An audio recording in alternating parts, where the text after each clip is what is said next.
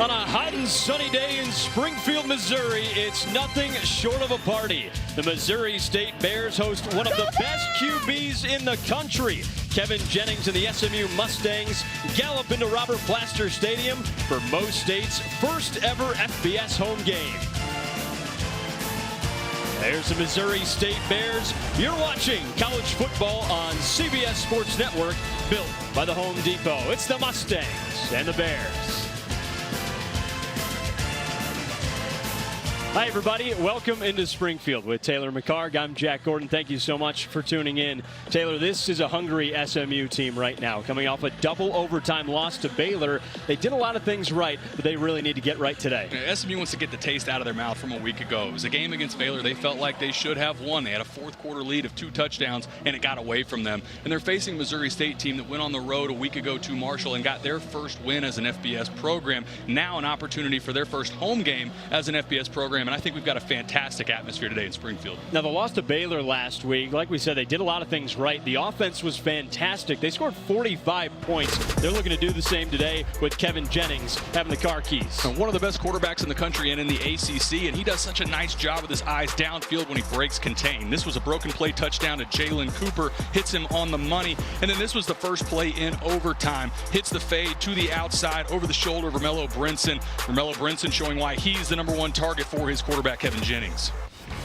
Time now for Working on a Win, sponsored by the Home Depot. Last week, Missouri State against Marshall. Quarterback Jacob Clark threw for 3 touchdowns and 359 yards, led a 9-play, 80-yard touchdown drive to win.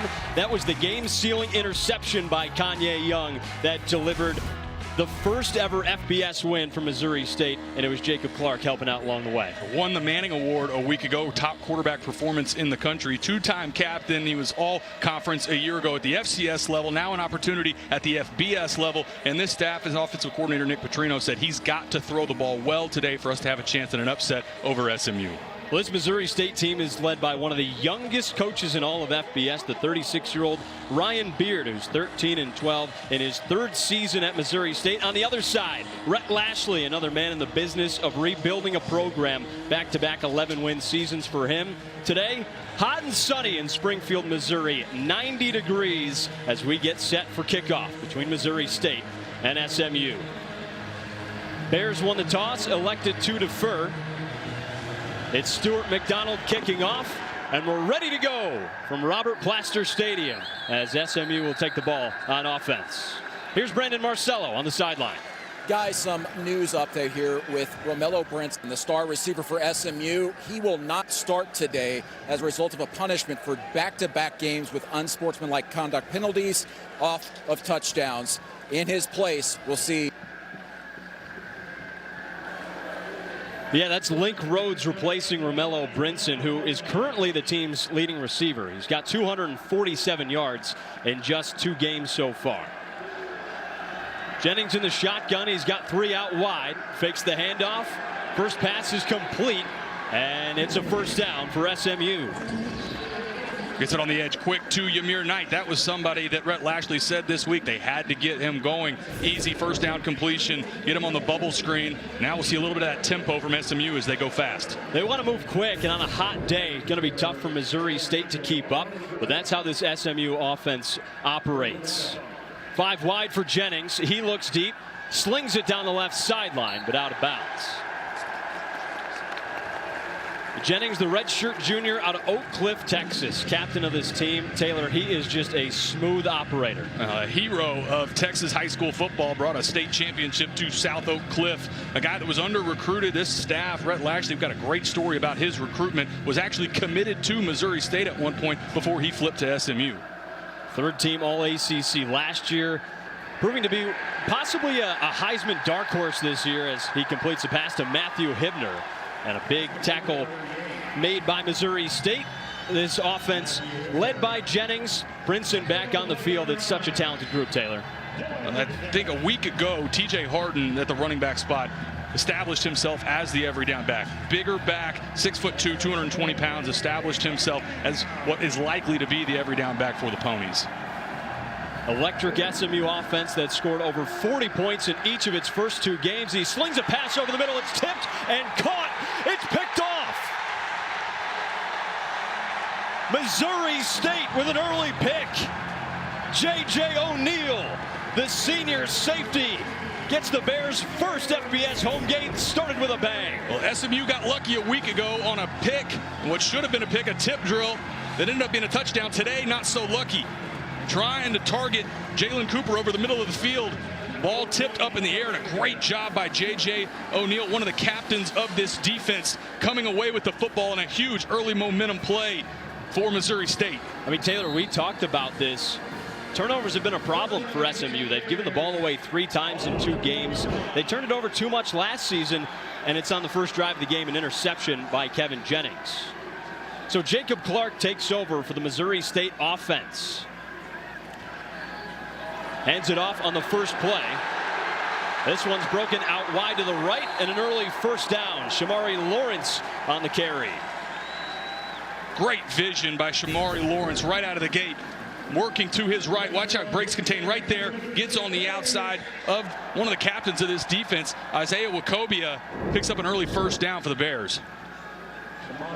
Lawrence in the backfield again. The 6th year out of Pompano Beach, Florida. A transfer from FIU on his 3rd school. Clark, one of the top passers in FCS last year. He was top 10 in yards with over 3,600. Eyes downfield, and it's incomplete. Taylor, Missouri State has such an experienced quarterback in Jacob Clark. The 7th year out of Kansas City, Missouri, played his high school ball in Rockwall, Texas. He leads this group, and he's just so infectious. He started his career at Minnesota, but like you mentioned a minute ago, Jack, was one of the top passers in the FCS a year ago. And I thought his performance, especially in the second half last week at Marshall, one of the top performances of the week. That's why he came away with the Manning Award. 3 out wide to the right for Clark. Fakes the handoff, throws over the middle. It is caught. James Blackstrain, his first game of the season for Missouri State. He was dealing with a hand injury, but this guy could really be a weapon for Clark. And this is the exact spot on the field that SMU had trouble with Baylor a week ago. They play a single high, cover 3, and up the seams. That's where the void in the defense typically is. And you see this offense and Jacob Clark take advantage of it early. It was a 48-45 loss for SMU. They led 38-24. Defense was super upset. Clark with one in the backfield. It's Lawrence. He hands it off and stuffed at the line. I mean, we touched on the SMU offense earlier, but Missouri State, honestly, they average over 300 yards per game over the past couple of seasons. They can be pretty electric. Well, and Jacob Clark, going back to his performance, threw for 360 yards a week ago against Marshall. First real adversity they faced on this drive. Good job by Ja'Kai Long and Keviante Spears getting early penetration.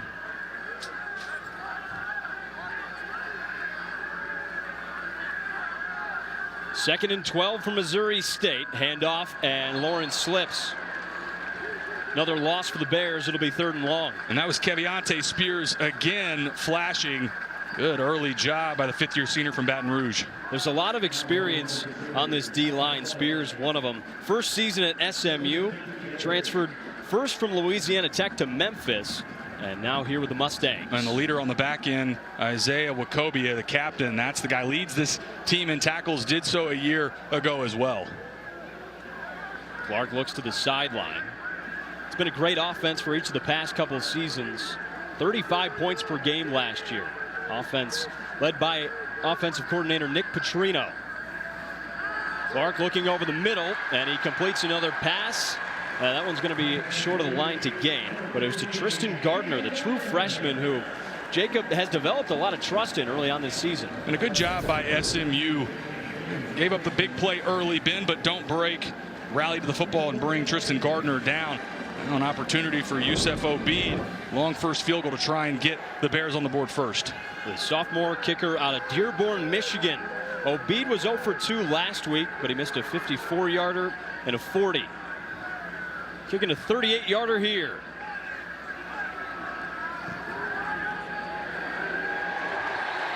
It's up and it's good. Missouri State, in their first ever FBS home game, is on the board first. A huge momentum play by this defense right out of the gate. Momentum from J.J. O'Neal.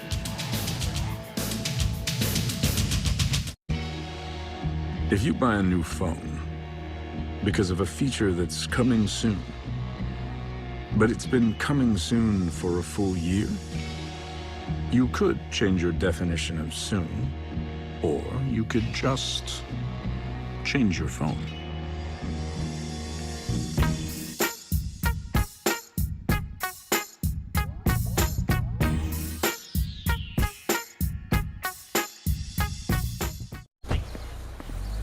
You've got the magic touch. It makes me glow so much. If you misplaced your card, Slide to the right and the card's locked. the Chase mobile app has card lock. Locked. Unlocked. Locked. Unlocked. And it has encryption technology to help you keep your data safe. Cool, right? That's peace of mind from Chase. Make more of what's yours. Subway's got a new meal of the day with chips and a drink for just $6.99.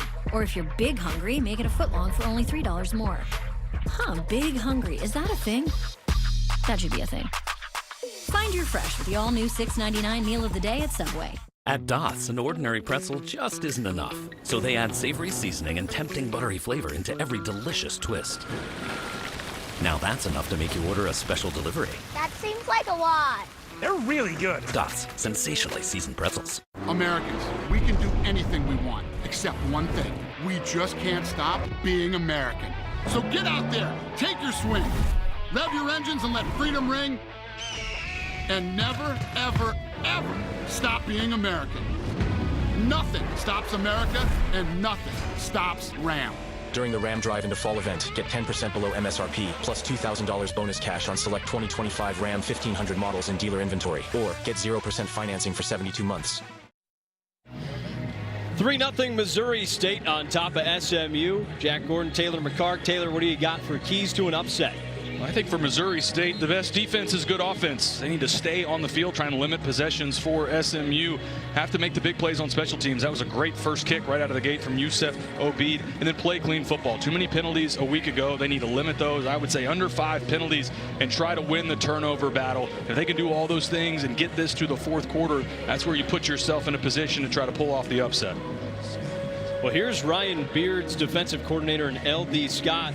They've got a tall task today. They certainly stood up on the first drive with the interception by J.J. O'Neal. And he said there were 3 keys in this game: contain the quarterback, handle tempo, and tackle well. I think the third item there, tackling well, that will be the biggest challenge today with a group like Chris Johnson and T.J. Harden at running back. Tremendous job at breaking tackles out of that running back room.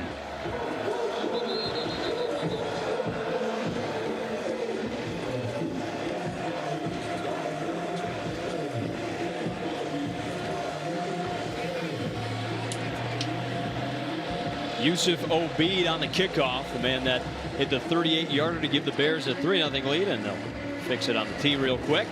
Great atmosphere here in Springfield so far. A sold-out crowd, first FBS home game, and an atmosphere that, you know, they've really never seen. They're calling this the biggest day in their program's history. A lot of upgrades to this facility. It's a brand new surface with new turf, and you could feel the buzz around this program yesterday and today. A lot of alumni back in town for this first FBS game at home. Obid kicks it through the uprights, or rather through the end zone, and SMU will come back out on offense. It was Kevin Jennings throwing the interception. That's already his 3rd of the season. Had one last time out. It's been a problem for him, the turnovers. They take a lot of deep shots, but you know, you can't afford to make mistakes like that in big games. And even for as accurate as he was a week ago against Baylor, there were still a few turnover-worthy throws that I thought he got lucky on. The biggest one was the first play of the game, the touchdown to Romello Brinson for 75 yards. It really should have been an interception by Baylor. Obviously needs to take a little better care of the football. T.J. Harden in the backfield again. He gets the handoff up just short of the 30. 4-yard gain against a Missouri State defense that has a lot of new faces, a lot of transfers on the way in, but they're confident in this group. Well, the linebacking room is the least experienced group, but Kanye Young showed up in a big way a week ago, Defensive Player of the Week in the Conference USA. Jennings with his eyes downfield, throws to the far sideline, and he was out of bounds. That was Romello Brinson, the 5th-year leading receiver And I think Romello Brinson just loses where he is on the field, walks himself out of bounds. Should have been 3rd and 1. Instead, back to 3rd and 6. Brinson didn't start the game because of a pair of unsportsmanlike penalties in each of the first 2 games.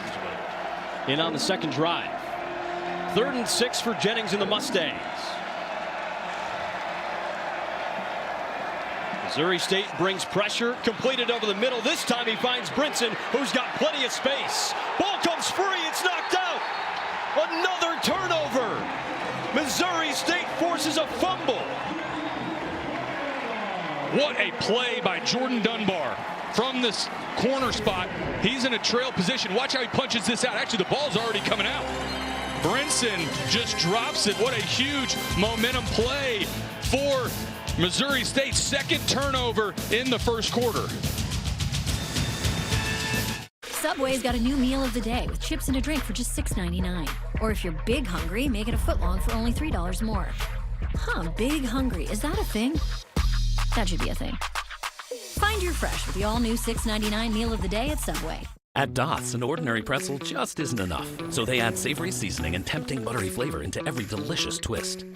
Now that's enough to make you build an all-pretzel pantry with a biometric security system. What would you like the power to do? Ask it for the women who come next. Bank of America champions everyone who dares to ask.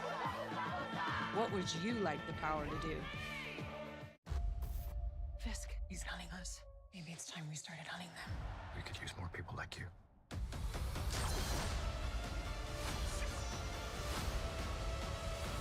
I'm going to take this city back.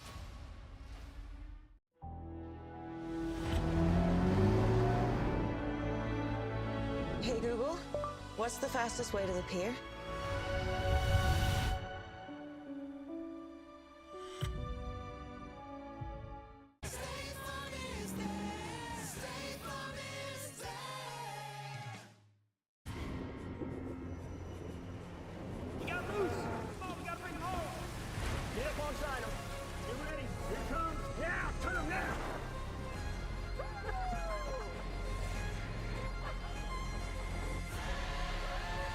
Someone once said, whether you think you can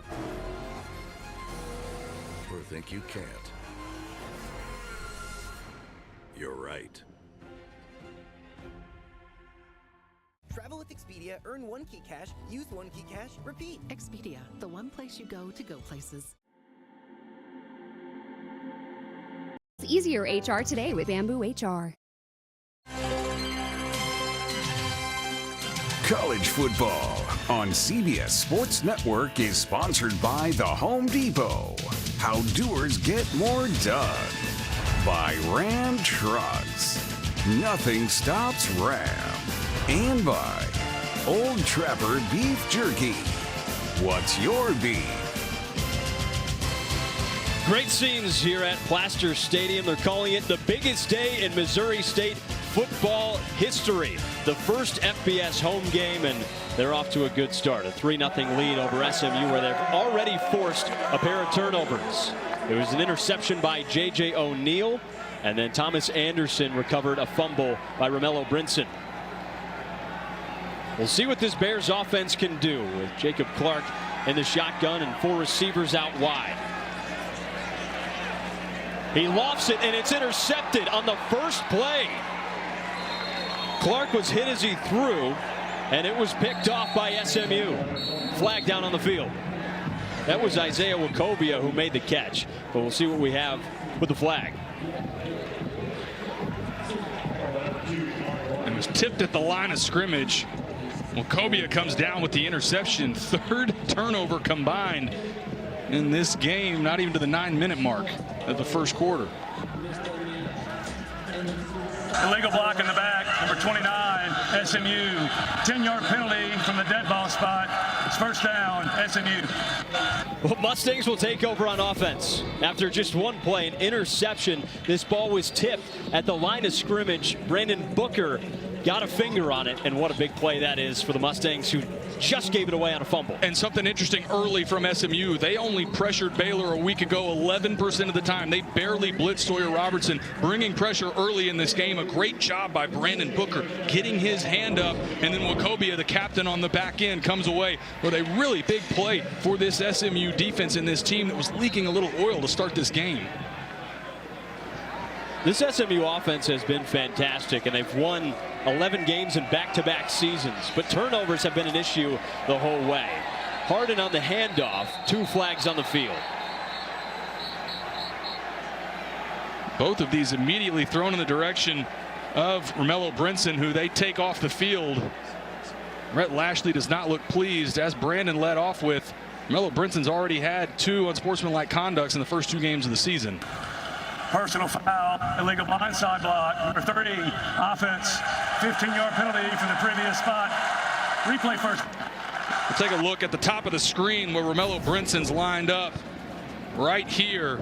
You see where the illegal crackback blindside block, that's exactly not that long ago in football. That play is completely legal, but anytime a defender is in a defenseless position and you get that crackback block, it's something they're trying to get out of the game. Brinson probably trying to take a little bit of frustration out after the fumble on the last possession. It's just a little unnecessary, and now it pushes back the SMU offense, who has coughed up the ball twice. Trailing 3-0 here as Jennings tries to get his group right. This is supposed to be a game where their offense can take over and score plenty of points, and they can figure things out on defense. They're not supposed to have these kinds of mistakes as an offensive group. Jennings, quick throw over to his left, and he's quickly brought down.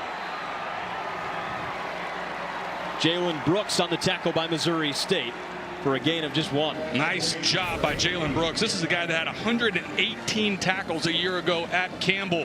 Played a ton of college football, and a good job rallying, coming away with the tackle for loss. Ymir Knight on the catch.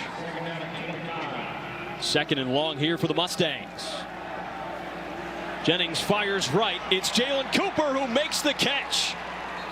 Brought down inside the 25. Thomas Anderson on the tackle, but the true freshman Jalen Cooper showing out early in Springfield. And matched up one-on-one with Thomas Anderson and wins on the outside. Great throw as well from Kevin Jennings, and a big momentum play. Pick up the first down. First down for the Mustangs, and it's an early handoff. Harden gets just inside, or just short of the 20. Going into the Baylor game, still did not know who the every down back would be for SMU, but TJ Harden came away as a superstar a week ago. Harden, another handoff, another short gain for the Mustangs. I think for SMU here, as they move into the red zone and see them go quick, don't be surprised if this is 4-down territory here if they don't pick up the first down on this 3rd and short. Jennings hands it off to Harden again, and on 3rd and short, flag down on the field. Sterling Smithson made the stop. We'll see what the flag is. Looks like Devon Townley Jr.'s helmet came off. Personal foul, illegal hands to the face, number 54, offense, 15-yard penalty from the previous spot. Replay 3rd down. Savion Byrd, the 5th-year left tackle, an Oklahoma transfer, has just made things more challenging for SMU. And a brutal penalty on the left side from Savion Byrd. Watch as he gets his hands right up in the face, and you see the helmet pop off for Devon Townley Jr. What would have been a first down, now a 3rd and long opportunity. And remember, SMU dealing with some kicking issues. Colin Rogers had 3 misses a week ago. They're going to roll out Sam Keltner today to kick. You'd imagine they want to pick up something here to try to make it a more manageable field goal opportunity. 3rd and 17. I mean, thankfully for Jennings, one of his biggest strengths is throwing the ball down the field. Looking left, now over the middle, quick completion. He's got Derek McFall, the redshirt freshman running back, short of the line. Kanye Young brings him down. A great open field tackle. I think this may have ended up being a first down if Kanye Young doesn't make this tackle in pursuit. Kanye Young's really fortunate this ball was behind Derek McFall. Good open field tackle, and as we mentioned, Sam Keltner, the redshirt freshman from Keller, getting his first opportunity to kick. 43-yard field goal for Keltner here, taking over for Colin Rogers, like you mentioned, who was the program's leading scorer of all time, but missed 3 field goals last week. We'll see what Keltner can do. And it's no good. It stays 3-0 Missouri State. The Bears offense will take over. Momentum is truly with Missouri State right now. Ryan Beard, head coach of Missouri State, wants an upset today. He's well on his way there. This is Rachel. She just started college a week ago, and she's already homesick. Google can't turn Indiana into Arizona, but it can help. My dorm room is bleak. What are some things I can do to help it feel Southwestern desert, but cute, not cheesy? Brightening up your room won't fix everything. Ooh. But when you need your home away from home to feel just a little more like home, just ask Google.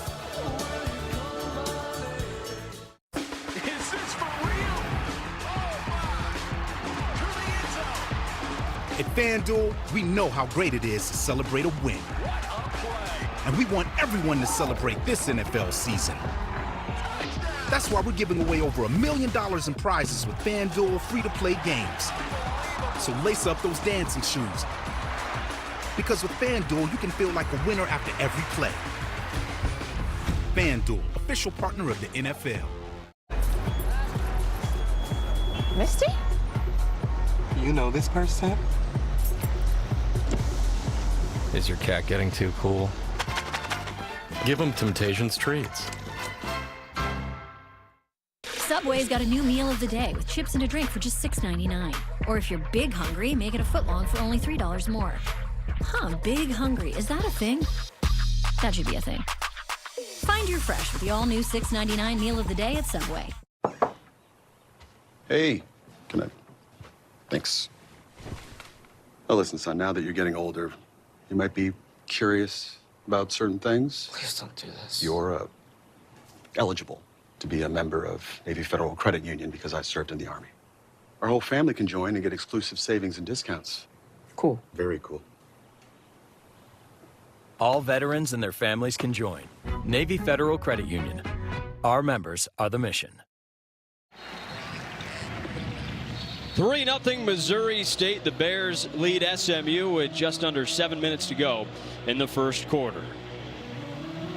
Go from college football to footy as the Scudetto race continues tomorrow morning at 9 Eastern with a meeting between Atalanta and Lecce. It's Serie A on CBS Sports Network and streaming live on Paramount+.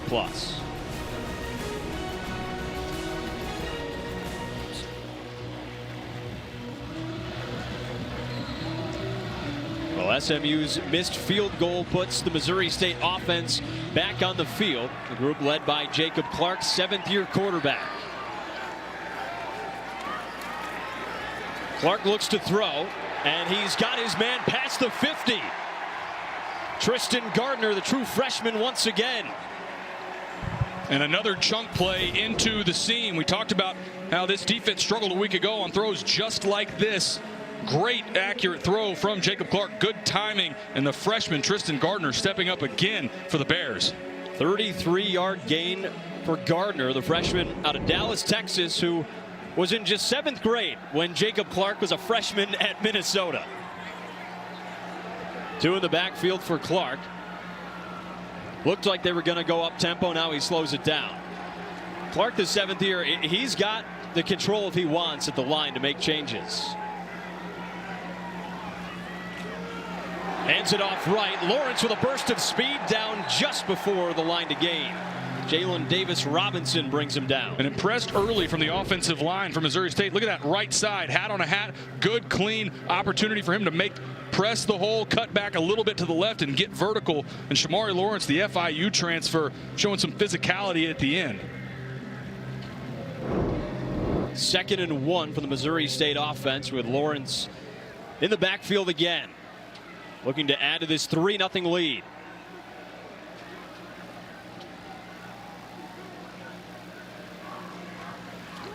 Another handoff to Lawrence. He's got the first down and more. Absorbing contact, down just short of the 20 Isaiah Wakobe on the tackle, the team's leader, 12-yard gain. And you can tell Missouri State is feeding off of this early momentum. They are the more physical team right now, really on both sides, but this offensive line doing a really nice job against this front for SMU.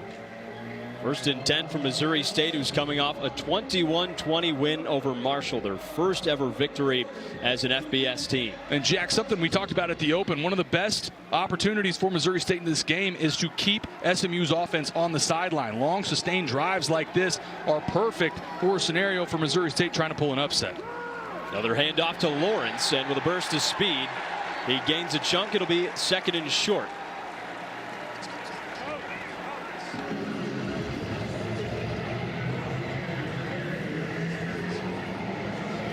A couple of the big wins in program history. You got to go back all the way to 1990.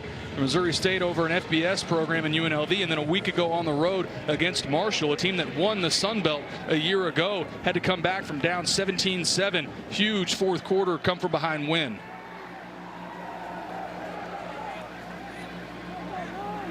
Clark in the gun with Lawrence in the backfield. He fakes the handoff and rolls out to his left. Looking for his tight end, but he keeps it himself. Gets inside 15. That's where he's marked down out of bounds. Ahmad Moses brings him out.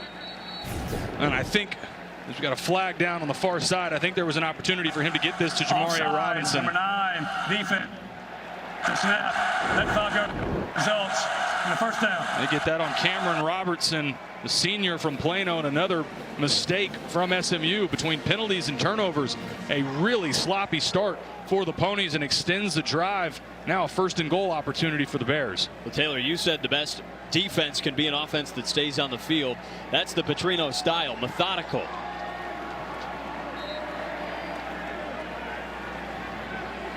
First and goal for the Bears. Clark, the 7th year, who was all first team Missouri Valley last season, led the conference in passing yards. Strong, mature presence that this team really gravitates to. Short handoff and a gain of 1 down right near the line. When you get that 8-man box like SMU is showing, man-to-man on the outside, I think Missouri State's going to have to test this secondary as the field condenses. If SMU is going to play man coverage on the outside, it's going to be really difficult to run between the tackles. Missouri State was just 1 for 3 in the red zone last week against Marshall. They still pulled off the win. Ramon Green Jr. is in the backfield. He was a huge part of that victory. Had 123 receiving yards and a pair of touchdowns. Clark looks right, lofts it into the end zone over the shoulder. It is. Did he make the catch? He's got it. Dash Luke in the end zone for the touchdown. A perfect throw to Dash Luke, matched up against Ahmad Moses. And this is the inside slot fade thrown to the outside. What a great throw. And good body control from Dash Luke, the senior from New Orleans, working back to the football. The first touchdown at home as an FBS program for the Missouri State Bears. Dash Luke with his first touchdown as a Missouri State Bear, the 5th-year transfer from Louisiana Monroe. Obeid on the extra point. He nails it. It's 10-0 Missouri State. Not sure if we expected to be here, but we are. Bears on top, 10-0.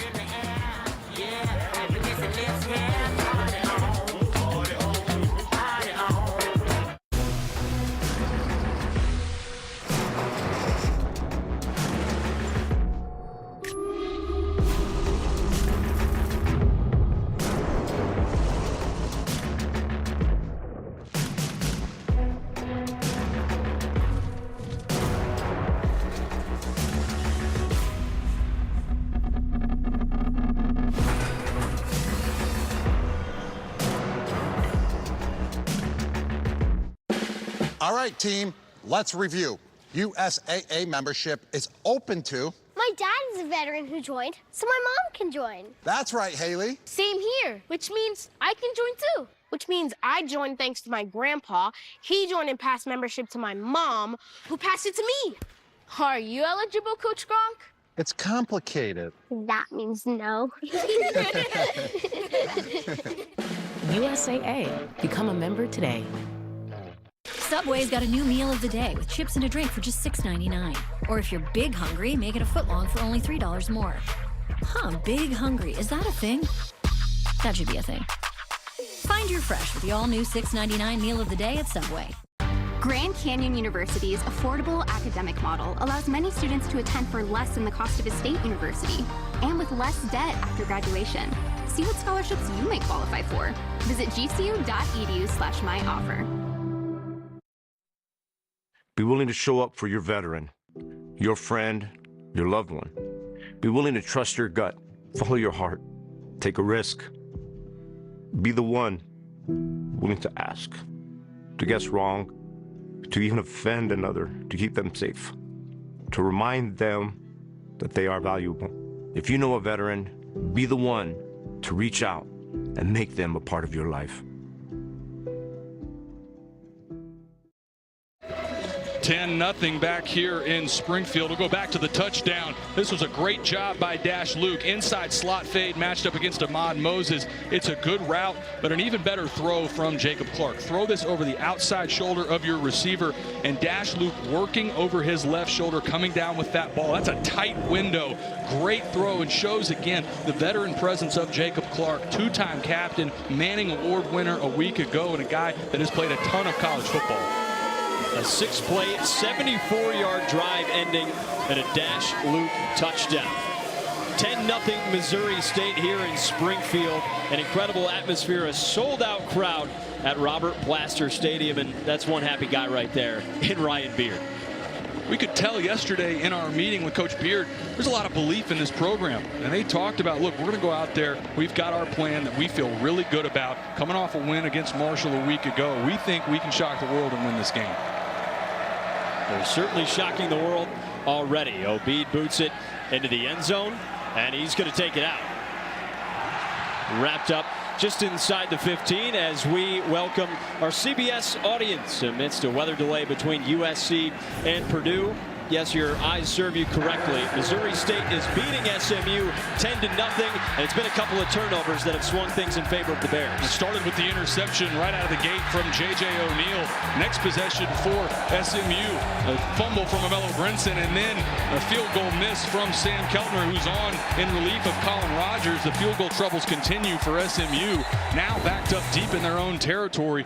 And this staff for SMU trying to find some sort of momentum here in Springfield. Jennings drops back on first down, rolls out to his left, slings it near the sideline, and it's batted down. What a play by McGuire Neal. The guy that they said solidified that safety room leads by example, and a great job in coverage.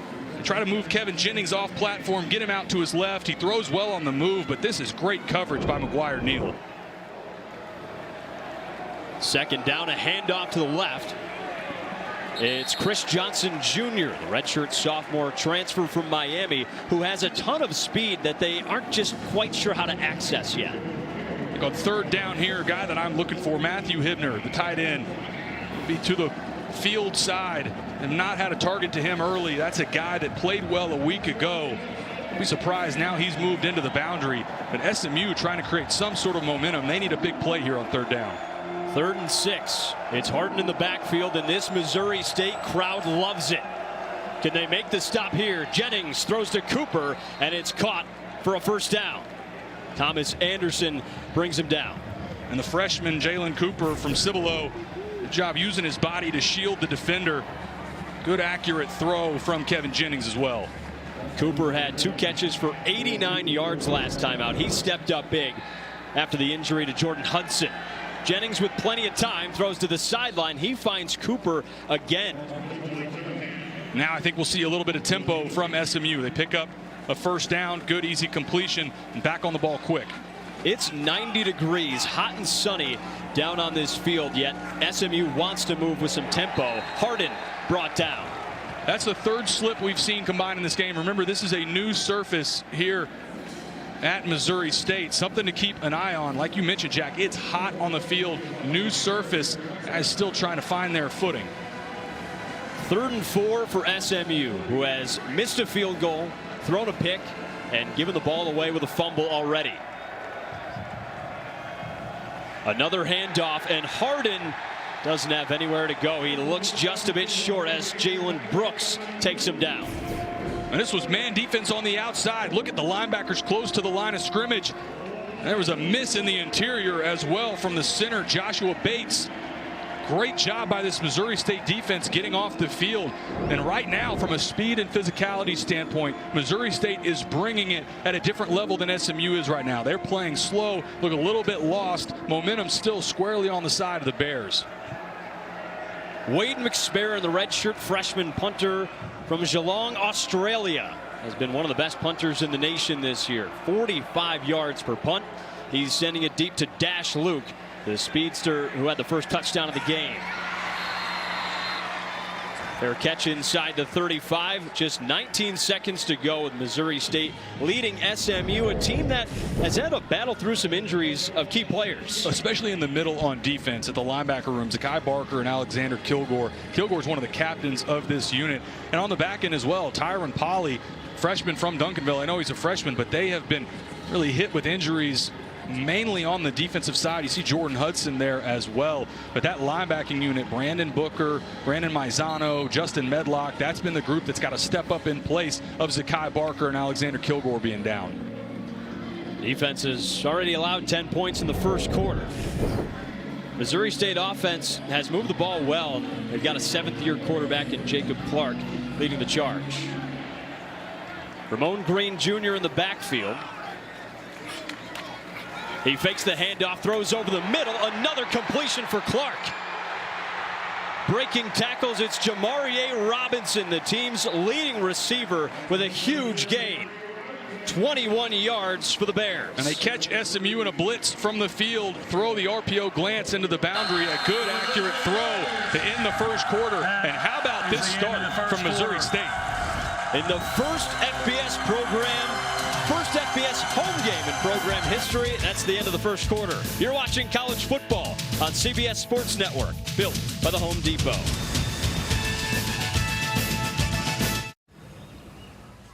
Aren't you going to miss the game? No, I've got NFL Plus. It's on My phone.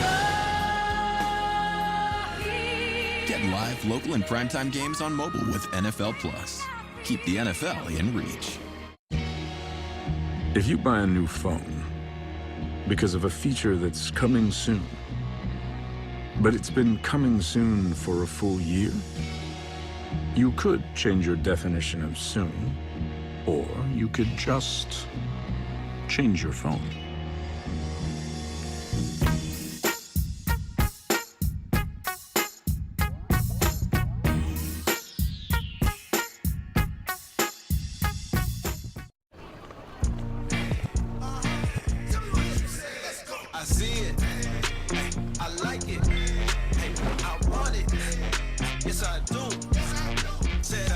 With Chase, you can get a debit card for your kids' independence.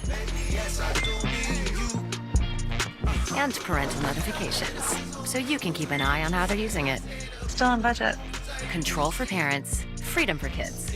That's family banking from Chase.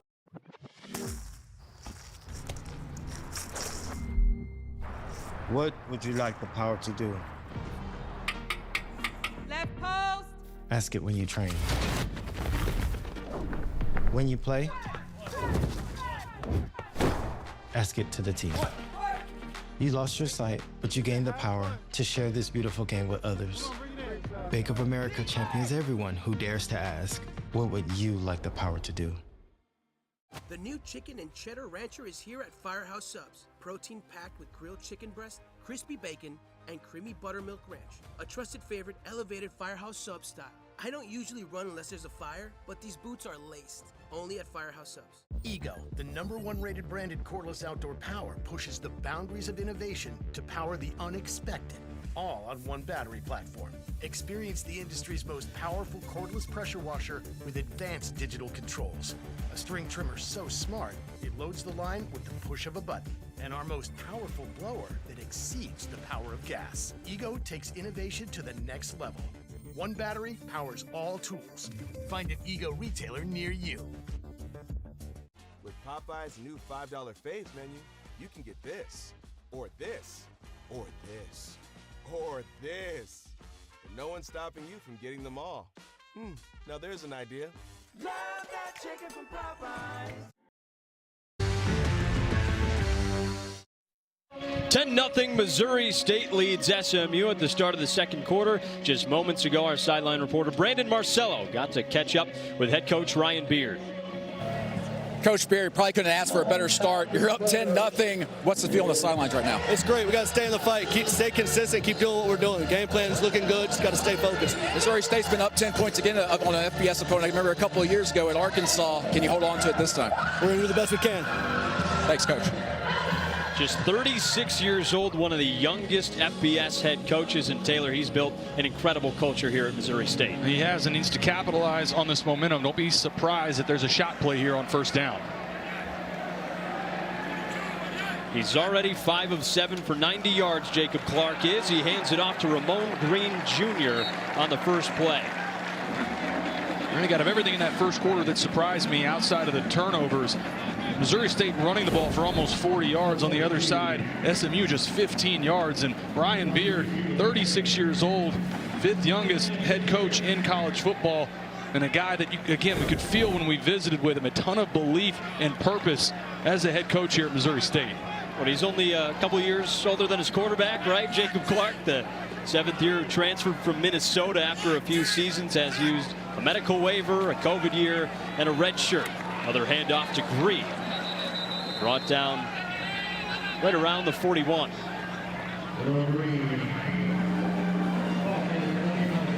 Looks like they'll go 10 personnel here. Bring in a handful of wide receivers, tight end. Jaron Askren checks out. Obvious passing down here. See Jamarie Robinson at the bottom of the screen. Do they target him or do they target the freshman at the top, Tristan Gardner? Gardner's already got 2 catches for 39 yards. Lone receiver at the top of your screen. Clark looks right, fires over the middle, tipped, and down to the ground, incomplete. A nice job in recognition by SMU. Missouri State had 2 big screens a week ago at Marshall. They show pressure, back out of it, and the first real hit of the game taken by Jacob Clark, who's fortunate that this one didn't end up an interception off the tip. It looked like they thought about going for it on 4th down, Taylor, but Clark's a little shaken up. I mean, they call him the Iron Man in this program for a reason. He takes a lot of hits and stays in the pocket for a long time. And holding that right hand, it may have hit the helmet of Ahmad Moses. Keep an eye on that on the sideline. So it's a punt. It's the 6th-year Anthony Frederick from Ruskin, Florida. Transfer from Bethune-Cookman. Fair catch inside the 10 by Ymir Knight. 10-0 Missouri State over SMU. The Mustangs have a chance at redemption. Americans, we can do anything we want, except one thing. We just can't stop being American. So get out there, take your swing, rev your engines and let freedom ring, and never, ever, ever stop being American. Nothing stops America, and nothing stops Ram. During the Ram Drive into Fall event, get 10% below MSRP, plus $2,000 bonus cash on select 2025 Ram 1500 models in dealer inventory, or get 0% financing for 72 months. This is a story about the one who can fix nearly anything, and turns to Grainger, who has almost everything. He troubleshoots issues, maintains the facility, and keeps it all on track. Few may see him put the work in, but when they see the results, they know he's the one who keeps the doors open. The high-quality industrial products you need, plus a million more. Call, click Grainger.com, or stop by. Grainger, for the ones who get it done. Subway's got a new meal of the day with chips and a drink for just $6.99. Or if you're big hungry, make it a footlong for only $3 more. Huh, big hungry, is that a thing? That should be a thing. Find your fresh with the all-new $6.99 meal of the day at Subway. Remember your ABCs. Always be clogging. And the Walmart app has over 500 million items. Walmart has dancing shoes? Who knew? Who knew? The Walmart you thought you knew is now new. I'm not really one for the spotlight, but there is some gravy to be had. You know, I always seem to get primo parking. But you don't have to be a VIP to get more than just savings with Geico. Every customer gets tip-top service with 24/7 fast, friendly claim support. I never do this, but could I get a picture? Yeah, it's not like you run into animal celebrities every day. Stop. It's Doug the Pug! Doug! I stand corrected. I literally never do this. Get more than just savings. Get more with Geico. College football on CBS Sports Network is sponsored by New Tums Gummy Bites. Get fast relief of occasional heartburn. And by Rogue. Don't weaken. 10-0 Missouri State in the second quarter. Brandon Marcello has more on Jacob Clark heading into the injury tent. Yeah, Missouri State's quarterback here in the injury tent. They're looking at that hand. They even brought a football in the tent to see if they can test that grip strength a little bit. I think on the sideline, you see Deuce Bailey getting warmed up. Kevin Jennings finds Romello Brinson over the middle for a first down. Clark is the leader of this team. He's guided them to an 8-4 finish last year, a win over Marshall last week, and their first ever FBS victory. Now they might opt for the younger Deuce Bailey if they have to make a change. They've also got the redshirt sophomore Cole Forbacher, a local kid from Springfield.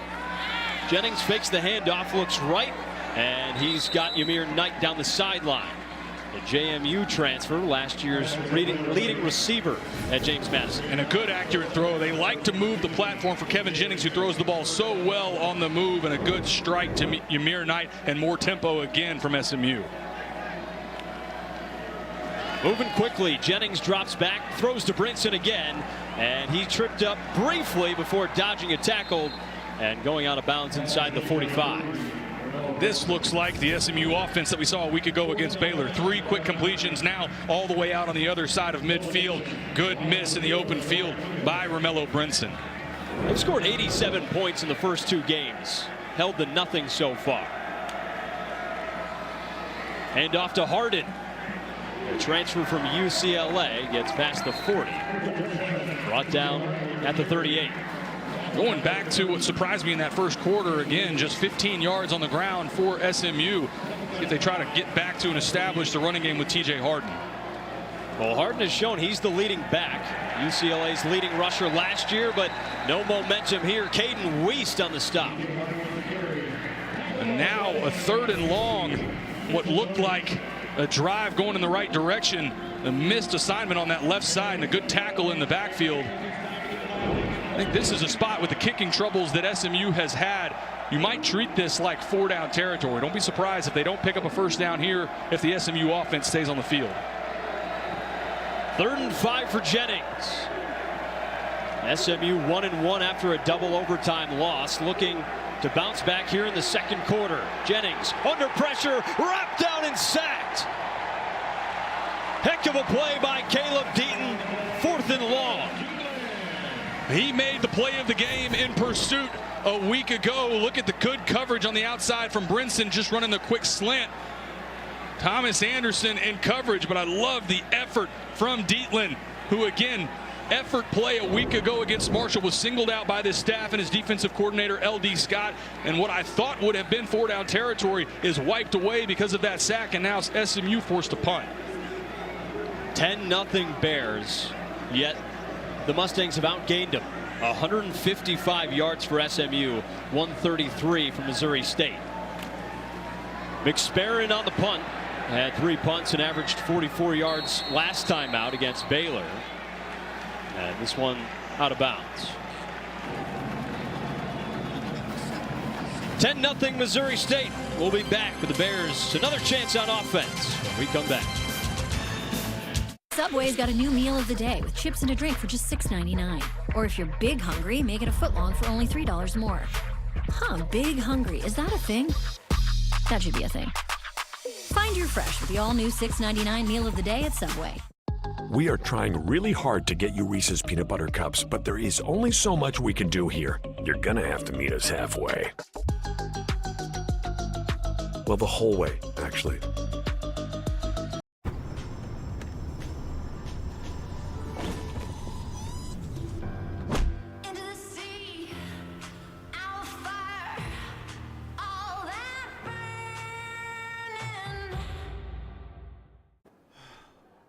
Okay. Stop forcing ads for your forklifts on financiers. Start marketing to the right people by targeting industries and functions on LinkedIn ads.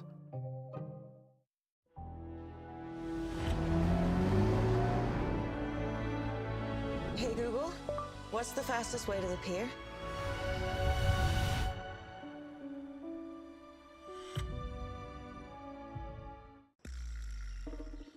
Just because it has a bunch of nutrients doesn't mean it can't be all drizzled with stuff and topped with popping boba. New Troppy Boba Bowls at Tropical Smoothie Cafe. Eat some good. With Fast Signs, see the visual possibility in your business. With signs and graphics, you can save anything. Transforming your space begins at our place. Fast Signs, make your statement. They wonder how I do it like that. Two-step, then I bring it right back. No scar, got ice on the neck. 7-fit flex on the checks on that.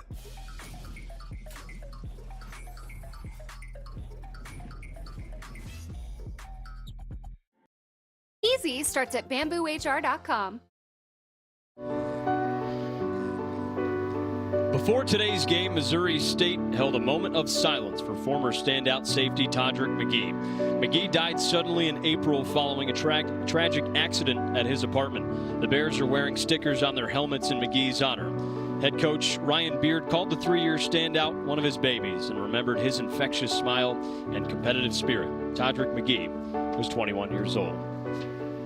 Missouri State has dedicated this season to Todrick, one of their best players who they expected to be on the field this season, but they're trying to fight through it and make Todrick proud. And so far, today against SMU, they've made the entire city of Springfield, Missouri loud and proud. Shamari Lawrence in the backfield for Jacob Clark. Fakes a toss, rolls to his right and throws over the middle. He's got his big tight end, Jaron Askren, the CUSA freshman of the week, who scored the game-winning touchdown against Marshall. And good patience by Jacob Clark, having to give ground. He's got Ahmad Moses in his face. Good accurate throw on the run to Jaron Askren. Abdul Muhammad took him down. Well, it's a good sign, first of all, that Jacob Clark is on the field. Took a tough hit earlier. Looked like his hand got dinged up, went into the tent, but holy cow, is this guy tough. 2nd and 5 for Clark. Hand off Lawrence. He's smothered around the 28. We'll go back and look at the injury for Jacob Clark 2 series ago, trying to give ground as he releases the football. And see immediately goes to grab that hand. Is evaluated on the sideline as Brandon reported. Went into the injury tent, came back out immediately. Said he was good to go. This is a tough quarterback, guy that this staff and his offensive coordinator, Nick Petrino, called him Iron Man. There's going to be a lot more than that would take Jacob Clark out of this game. You said that was one of the first things you noticed about watching him. He takes hits. Well, Marshall blitzed him all game a week ago, and he handled it well. SMU has not brought a ton of pressure today, something they didn't do against Baylor. Timeout on the field. First, a little bit of confusion there. Missouri State. Media timeout. 3rd and 2 from Missouri State, heading to a timeout. We'll be right back. This is Judy and Pedro. They just bought their first home and are learning a lot. Thanks to Google, Pedro knows more than he wanted to about gravel. Oh. And Judy wouldn't call herself a plumber, but she dabbles. Wait, how do these things work together? Honey, I did it! So far, if they've learned one thing about home ownership, is that there's a lot to learn. Good thing you can just ask Google. Is this for real? At FanDuel, we know how great it is to celebrate a win. And we want everyone to celebrate this NFL season. That's why we're giving away over $1 million in prizes with FanDuel free-to-play games. So lace up those dancing shoes. Because with FanDuel, you can feel like a winner after every play. FanDuel, official partner of the NFL. Subway's got a new meal of the day with chips and a drink for just $6.99. Or if you're big hungry, make it a footlong for only $3 more. Huh, big hungry. Is that a thing? That should be a thing. Find your fresh with the all-new $6.99 meal of the day at Subway. Remember your ABCs. Always be cloggy. And the Walmart app has over 500 million items. Walmart has dancing shoes? The Walmart you thought you knew is now new. So our wedding's in a couple of weeks. I've been thinking things over. I just needed to tell you this face to face. Oh, don't say it. You're gonna be eligible to become a member of Navy Federal Credit Union because I'm an Air Force veteran. My whole family can join, and you could get unlimited 2% cash back with the Cash Rewards Plus card. I know this is a lot. Wow. All veterans and their families can join. Navy Federal Credit Union. Our members are the mission.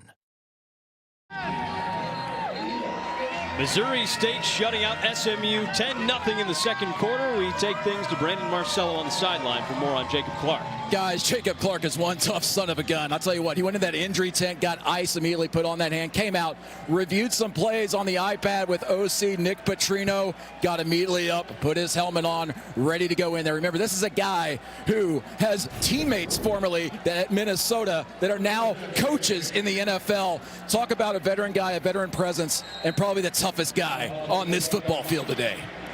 Well, again, he was described as Iron Man from this offensive staff, and a huge third down here for Clark in this offense.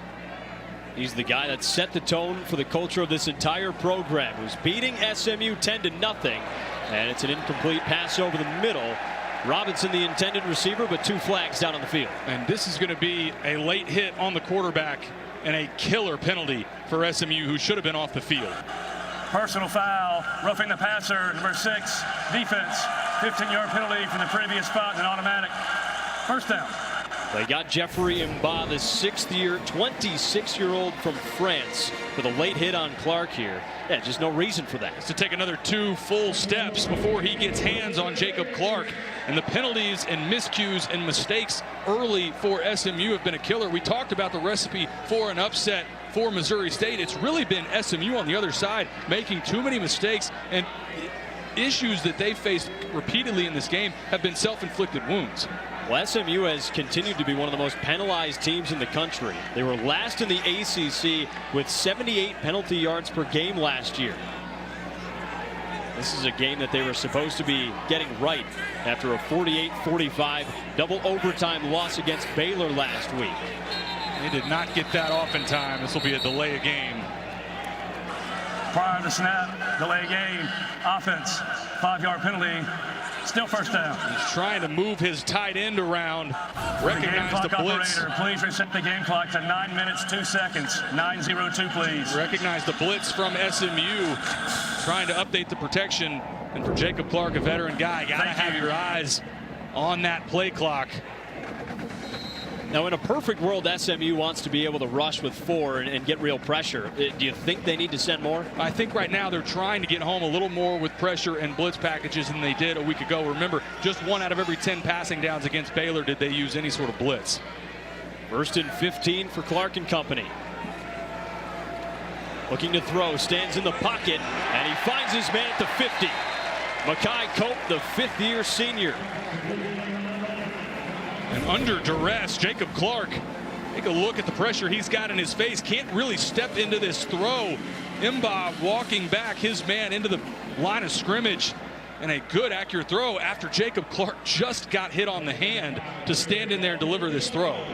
11-yard gain for Pope. 5th year out of LA on his 3rd school. Started at Utah, then Sacramento State. Found his home at Missouri State. Hand off to Shamari Lawrence, the leading rusher today with just over 40 yards. And he's brought down by Jeffrey Mba. I think offensive line play again for Missouri State. A week ago against Marshall really struggled, but Marshall brought pressure on almost every 2nd and 3rd down. Today I think it's a little better effort, and offensive coordinator Nick Petrino said as much, that unit had to step up, and I think through a quarter and a half against SMU they have played much better. No surprise if they're aggressive here either. 3rd and 2, a game where Ryan Beard and company said they're not going to be afraid to take risks, go for it on 4th down. Fake toss to the left. Clark faces pressure, and it's incomplete. 4th and 2 coming up. Akil Washington and DJ Warner in his face. Now, DJ Warner does a great job of staying at home. Take a look at number 5 at the top of the screen. Missouri State goes back to the well, selling that toss, and then the boot action off of it with Jacob Clark. And that was a really nice job by DJ Warner, the sophomore from Phoenix, who was not fooled at all. Playing it a little safer here with a 10-0 lead about halfway through the second. Frederic on to punt. All SWAC first team last year with Bethune-Cookman. Over to Ymir Knight. That's out of bounds inside the 20.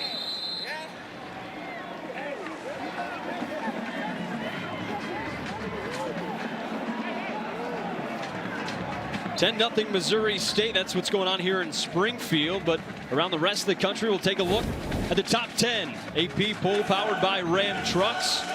Penn State leading Villanova right now. Oregon beat Northwestern.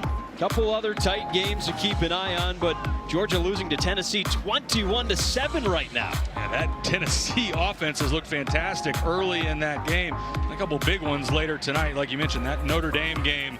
I think that's going to be a big one against against Texas A&M.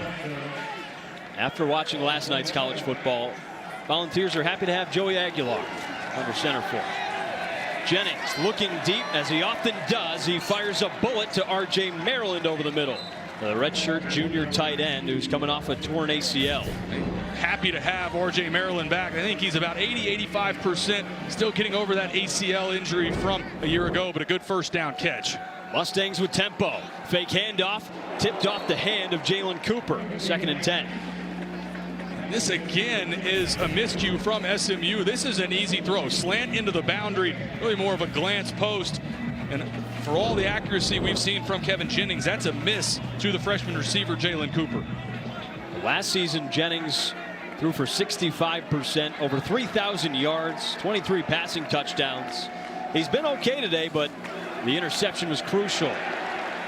And off with a short gain, Jermeco Green, the freshman from Conroe, Texas.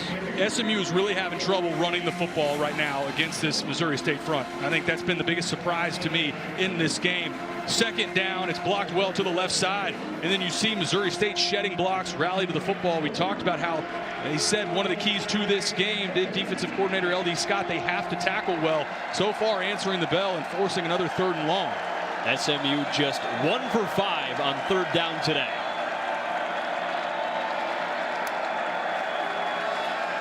Jennings with time, but he slips, recovers, throws to the 45. He's got his man Romello Brinson for the snag.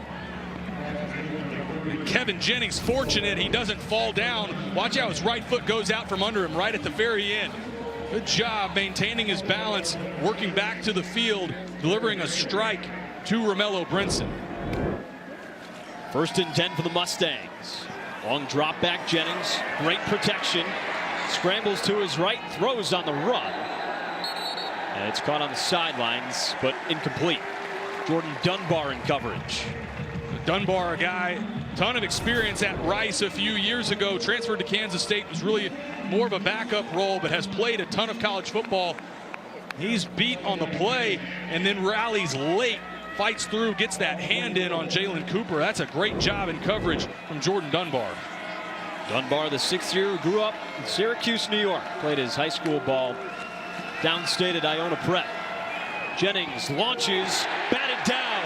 Missouri State once again coming up clutch in the secondary, and it's Jordan Dunbar again.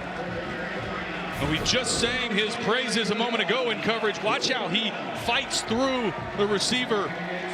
So often you see DBs get pass interference on this if they go through the back of the receiver early. He doesn't. Times it up really well against Carterius Brown. That is great coverage again from Jordan Dunbar. 3rd and long for the Mustangs. Pressure look here from Missouri State. We'll see if they bring it or back out. 2nd charge from out of the half. Missouri State, 30 seconds. 10-0 the lead for Missouri State over SMU right now. The Mustangs, year after year, have a tremendous offense. And even in the first 2 games, but Casey Woods, the offensive coordinator, and the rest of the group, not too happy today. 2 turnovers, obviously that's huge. They've outgained Missouri State for total offense. But I think their inability to run the football on a down-to-down basis right now is the biggest surprise early in this game. Remember, a week ago, TJ Harden ran for 115 yards on 19 carries, averaged over 6 yards per carry. Today, that has not been there against Missouri State. I really feel like the defensive line for Missouri State has brought more physicality than this offensive line for SMU has. Think about that. Missouri State, first year in physical in the trenches right now. SMU's won 10 straight regular season road games, longest streak in FBS. That's under threat today. Jennings fakes the handoff on 3rd and 10, throws on the run, and it's a first down. A long completion to Ymir Knight, who's out at the 31. They move the platform again for Kevin Jennings. We've talked about how well he throws to the outside. Coverage is a little too soft. Therefore, Ymir Knight does a nice job working back on the comeback. That's a big first down for SMU. Already a season high 4 catches for Knight. Handoff goes to Johnson this time with a burst of speed right near the first down marker, and it looks like he's got it. One of the better carries of the day so far on the ground for SMU. Look at this right side of the offensive line. I mean, that hole opens up immediately for Chris Johnson Jr. And a nice job getting vertical and picking up the first down. Johnson, a 4-star recruit out of Dillard High School in Florida, one of the fastest players in his class, a track star in high school. Jennings hands it off to Johnson again. He's down at the 18. This is the spot on the field. Got to ID Romello Brinson at all times. Right now, he's out to the field. Remember, a week ago when this game went to overtime against Baylor, they targeted him immediately. Brinson's down at the bottom of the screen. If you get man-to-man defense with Romello Brinson, don't be surprised if Kevin Jennings targets him with a shot play. Brinson lined up with Thomas Anderson, the 5th-year cornerback. Handoff to Harden. Breaking a tackle, absorbing contact. He's not going down easy. TJ Harden with a gain, and he's got a first down. This is great effort from TJ Harden. Stopped at the point of attack. Watch how he leans forward, fights through a couple of Bears defenders trying to bring him down, and runs through the chest of Jordan Dunbar for a first down. They've got a good yin and yang with Chris Johnson Jr. and TJ Harden. First and goal for the Mustangs. Crucial to capitalize. It's Harden down at the 5. And this is the first drive of the game for SMU that they have committed to running the football. And right as we say that, TJ Harden timeout for slow to get up. SMU in the midst of an 11-play, 63-yard drive. Harden's not a guy you can lose, especially in a situation where you're not running the football well. They finally started to pick it up on this drive, but he's taking some blows. Takes on initial contact, and then Christian Ford, 29, the safety for Missouri State. You see him come in late right there. Initial contact from Jalen Brooks. One more look at it. Brooks makes the initial contact. Well, you're exactly right, Jack. TJ Harden felt like coming off a week ago. Remember, he was the top running back at UCLA. Good to see him up off his feet and off the field. The top guy at UCLA comes in, established himself a week ago, ran really well against Baylor. That's a guy SMU cannot afford to lose. And after losing Brashard Smith to the NFL, they went to the most experienced back to lead the group in Harden. They might need to count on someone else to step up, as Rhett Lashley is certainly fired up. He definitely didn't expect it to go this way. I think this is a big opportunity for SMU. You're exactly right. They did not expect it to go this way. But can you weather the storm, get a score here, and then play defense on the other side? Can't get it all back at once. They're only down 2 scores. For SMU, this is a big opportunity on their best drive so far of the game, and they come away with a touchdown here.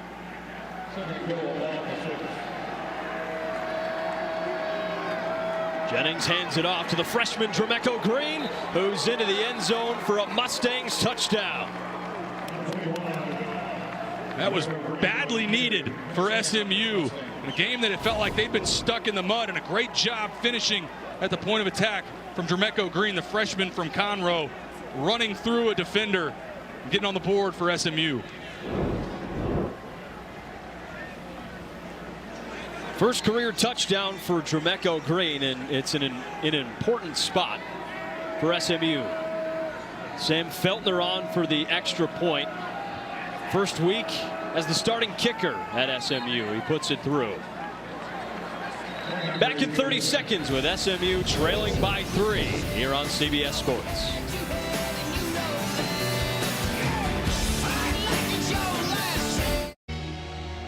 If you buy a new phone because of a feature that's coming soon, but it's been coming soon for a full year, you could change your definition of soon, or you could just change your phone.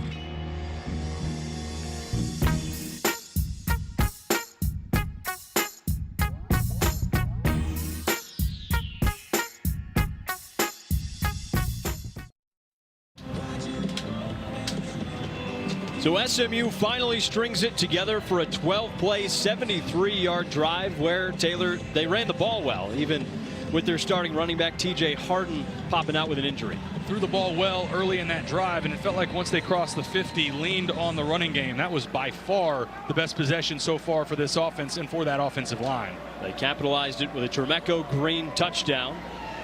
As SMU kicks off to Missouri State, they've got just under 4 minutes to operate.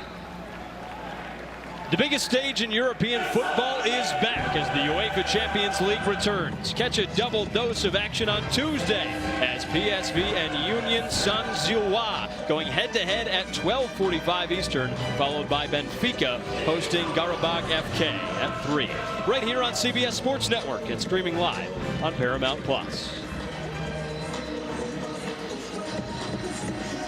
So the Missouri State offense back on the field. They've been outgained by SMU, but strung together a couple good drives, leading 10-7. Jacob Clark, 7 of 11 for 107 yards, a touchdown and an interception today. Looking over the middle, he completes a pass right past the 35. Caught by Jamarie Robinson, and he's brought down out of bounds with a flag flying on the field. Plenty more yards coming up for the Bears. Well, this came from the side judge that was ahead of the play. The line judge right next to the play did not throw this. There's conversation now. We'll see if this stands. Personal foul, illegal horse collar tackle, number 27, defense. That 15-yard penalty is added at the end of the run, and automatic first down. And I don't think there's any question that it was a horse collar by Abdul Muhammad. It was just interesting where the penalty came from. But on that first down, SMU tries to bring pressure, handled well by the Missouri State offensive line, and Jacob Clark delivering a strike. Already now the Bears on the other side of the 50. If there was one thing that would hold SMU back today, mistakes like that. Penalties and turnovers, which have been a problem in this first half. 6 penalties for 75 yards so far for the Mustangs. Clark launches down the field, a little bit long over the head of Dash Luke. Now Clark is just a little bit late here. Dash Luke comes open immediately. This ball has to be put on Clark early before Abdul Muhammad, the safety, can get over. A little overthrown. Tomorrow in film, Jacob Clark will wish he had this one back. I mean, even if Missouri State can get in field goal range here, that could be huge. They're taking the second half kickoff already with a 3-point lead. 3 out wide to the left, 1 to the right for Clark. Scans to his right, dumps it off to Shamari Lawrence. Out of bounds at the 39. Jacob Clark has taken a ton of shots today already. This was similar to a week ago against Marshall, where he had to fight through a lot of contact. This was the late hit 2 possessions ago in the third down play by SMU and DJ Warner. That's been something offensive staff described their quarterback Jacob Clark as an Iron Man. But you know they want to try and take some of these shots off their quarterback. We know they wanted to throw the ball today, and that got him fired up. Heading into this game, they said, you know what? If we're going to win, it might be just launching the ball downfield. Clark is swallowed up. Big play for the SMU defense, and it's 4th and long coming up from Missouri State. This is a great job by Justin Medlock. SMU finally bringing some pressure. They're going to end up both of these linebackers blitzing. One backs out, they show both, and Medlock gets pressure in the interior. This was something that was missed a week ago for SMU's defense against Baylor. Again, did not pressure Sawyer Robertson and that Baylor offense hardly at all. This is the 2-minute. 10-7 lead for Missouri State. We'll be right back after the break. Thank you, Senator Cornyn, for working with President Trump.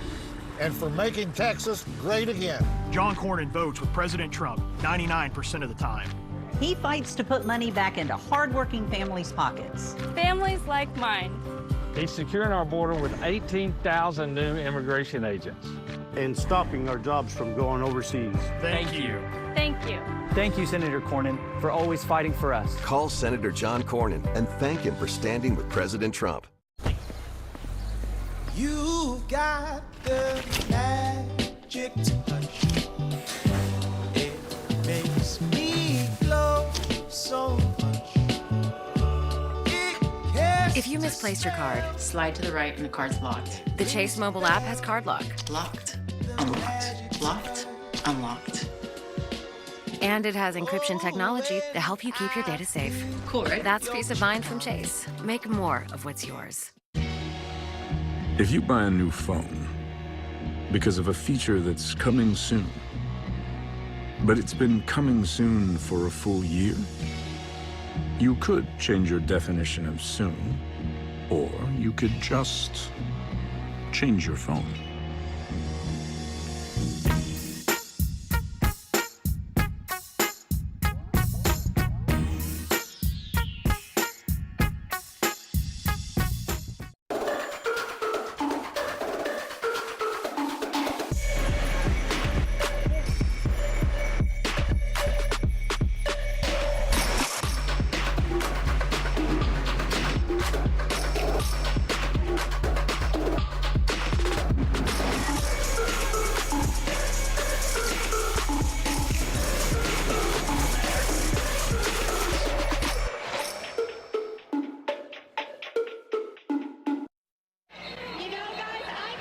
Coming up on the Ram Trucks halftime report, Brent Stover, Kevin Carter, and Beanie Wells will break down this game and catch you up on all the day's college football action from around the country. It's all coming up on the Ram Trucks halftime report.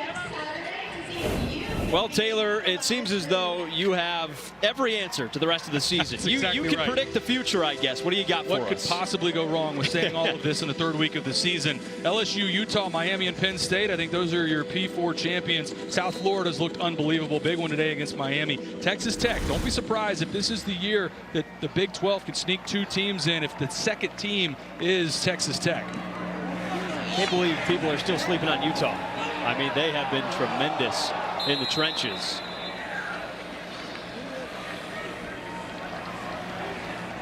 SMU going to take the ball back on offense here after the punt by Stuart McDonald. First and 10 coming up for Kevin Jennings and company, who have done a nice job when they're protecting the ball. He's thrown for 185 yards so far. They've given it away 3 times. Had a handful of mistakes in this first half that I think have obviously held them back. But this is a program that's felt tremendous success over the past 6 seasons. You look at that list, and these are obviously the top programs in the sport. 45 wins over the last 6 seasons, and this is not their standard. We got a lot of football left to play, and this is a big opportunity, an opportunity to get in the 2-minute drive. They've got all 3 timeouts, and you've got a more than capable quarterback in Kevin Jennings of leading them down and trying to get points here before half. Jennings, a potential star in the making. He's shown so much poise, and he dumps it off here. He finds Derek McFall, the redshirt freshman running back, who dances out of bounds.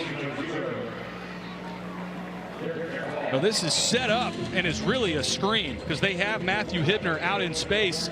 As long as the running back, Derek McFall, catches that at the line of scrimmage, really sets up more like a screen. He moves Hibner in motion. Hands it off down at about the 33. Derek McFall once again. SMU on the offensive line, last 2 possessions, a much better job leaning on this front for Missouri State. About a minute and a half to go for Jennings in the SMU offense. He's looking downfield, and it's a completion to the true freshman Jalen Cooper for a first down. Jennings is recognizing right now Missouri State's playing off coverage. They are giving Jennings and these receivers these 8 to 10 yard curl routes. Really good timing from Jennings, raising up, getting that out to the field to his freshman Jalen Cooper for another completion. 13-yard gain. Cooper has 4 catches for 65 yards. Jennings throws again. It's off the hand of Cooper. Down to Brandon Marcello for an injury update. Yeah, guys, SMU running back TJ Harden went into the injury tent out there after hurting himself. Looked like he was shaking around his left shoulder, trying to get it loose a little bit. No official injury update from the staff there, but that he was really trying to rotate that left shoulder as he went back to the bench. The good news is he's still on the sideline. Well, thank you, Brandon. And that is a guy, again, running back that this staff is really high on. But for now, Chris Johnson Jr. is still in the game. Fake handoff to Johnson. One pump fake throw, and it's dropped by Hibner. Low throw near the ankles, but he couldn't reel it in. They try to sell Ymir Knight in the flat. This is all about trying to set this up to Matthew Hibner, and it's just a miss. This needs to be a little higher from Kevin Jennings. Hibner has to come down with this as well. That's back-to-back incompletions for this SMU offense that should have been catches. And that one, opportunity to be a big play that goes through the hands of Matthew Hibner. 3 of 7 on third down. They've converted their last 2.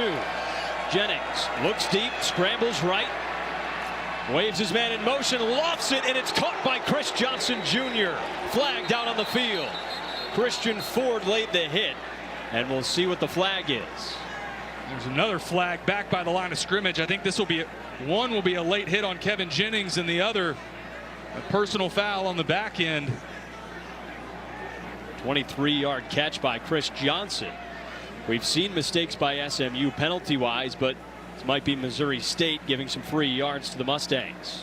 And now the question becomes, is there targeting that they're going to take a look at on either one of these?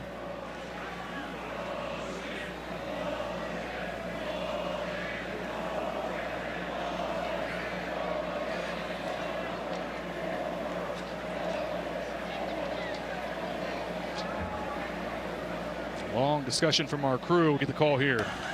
Personal foul, roughing the passer with targeting, number 43, defense. That penalty enforced half the distance to the goal from the dead ball spot, an automatic first down. There's also personal foul, targeting, number 29, defense. Both those rulings on the field of targeting are further reviewed.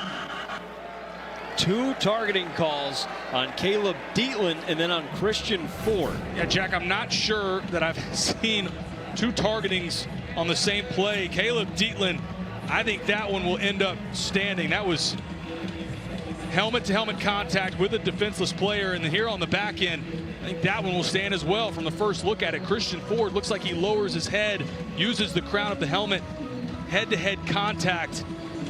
And for Missouri State, not just the penalty yardage, there's another great look at it. Not just the penalty yardage, you may lose 2 of your key players here, Caleb Dietland and Christian Ford, from the remainder of the game.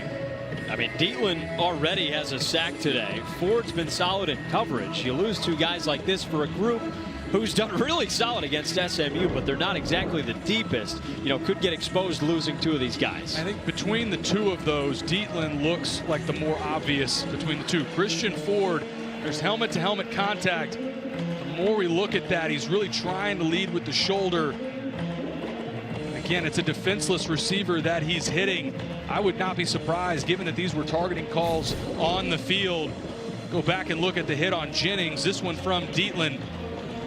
And that is helmet-to-helmet with a defenseless player. That's the quarterback. I think that's textbook. That will probably stand. And this on the back end for Christian Ford. Between the 2 of them, I think this one has a little more gray area. I'm not sure that there's enough there to overturn this for Christian Ford. What do you tell both of these defenders who, yes, are trying to make a hard hit, but can't get called for targeting? I think Dietland has to back off as he's approaching the quarterback. That's day 1 stuff for any pass rusher. Christian Ford is trying to break up a play on the back end and try and cause an incompletion. This is a really difficult spot for a defender. And I think this is where any DB would tell you, where am I supposed to hit this guy at this point? This would be in a long review, but obviously they've got two different collisions here that they've got to take a look at. Looks like review's been complete. We'll get the call. After review, there is no foul for targeting on numbers 43 and 29. The penalty for roughing the passer is still in force, half the distance to the goal from the dead ball spot, and automatic first down. I'm not surprised on the back end by Christian Ford. I'm very surprised for Caleb Dietland. I think for them to call roughing the passer on the field, it's helmet-to-helmet contact. Surprised there that one does not end up being enforced. And for Missouri State, what a blessing. You end up with not just one, but both of these key pieces for your defense, Caleb Dietland and Christian Ford, able to stay in the game. The Bears avoid disaster in keeping Dietland and Ford in the game. So we get back to this 7-play, 68-yard drive led by Kevin Jennings. He sends everybody in motion. TJ Harden back in the game. He's in the backfield getting the handoff. Burst through the 10, tackled right near the 6. And zero penetration up front for Missouri State's defensive line. Through that first quarter, you saw a number of maroon jerseys getting in the backfield. Right now, SMU doing a great job at the point of attack on the offensive line. Well, this is the time the Mustangs have to run the ball well, drain clock, and try to score. Harden gets another handoff, a little hurdle. He bursts all the way into the end zone and finds pay dirt. SMU takes the lead over Missouri State. Another great job by this offensive line for SMU. You're challenged in that first quarter. Talk about overcoming adversity. I think the last two possessions, you could put almost all of that on your offensive line and their ability to run the football. And great if you're an SMU fan to see TJ Harden back in the game after the injury, able to get in the end zone for the second touchdown of the game for the Ponies. It seems like for SMU, the inexcusable thing is losing the game in the trenches, which now they seem to have put the pressure the other way. Extra point is good by Sam Keltner, and the Mustangs take a 4-point lead, 33 seconds to go.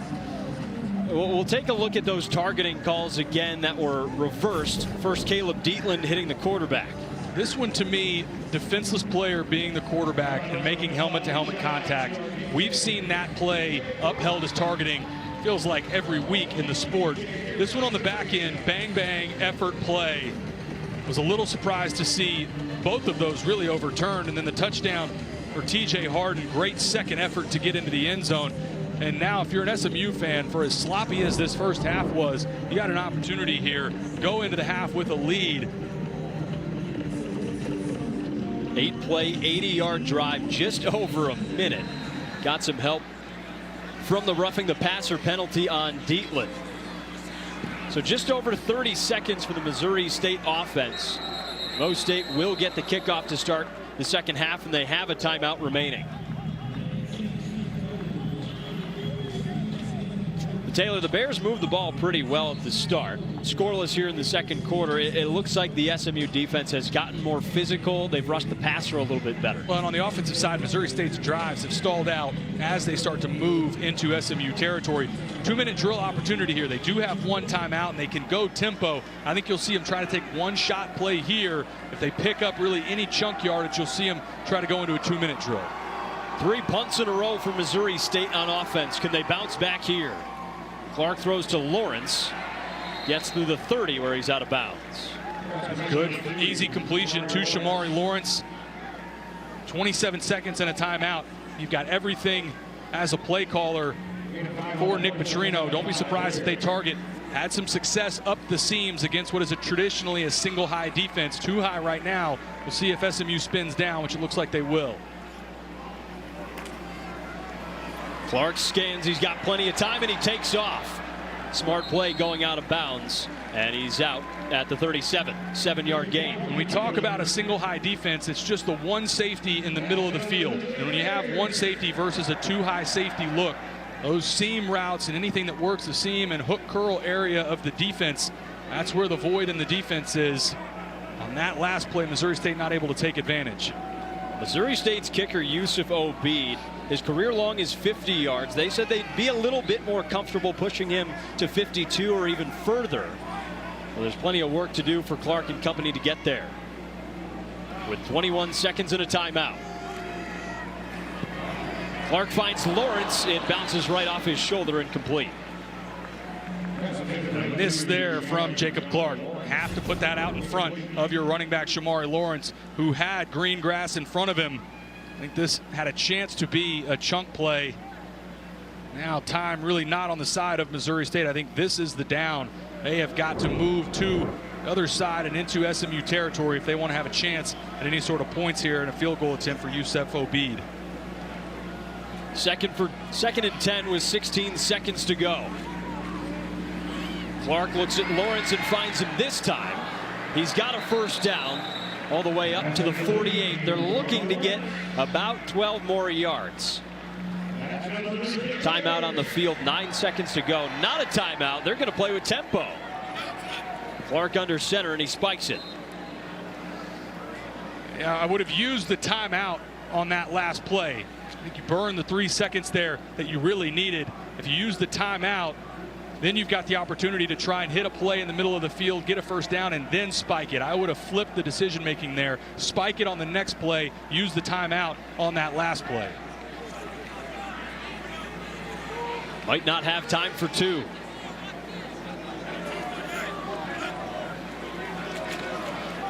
Clark looks deep now at the sideline. It's caught out of bounds.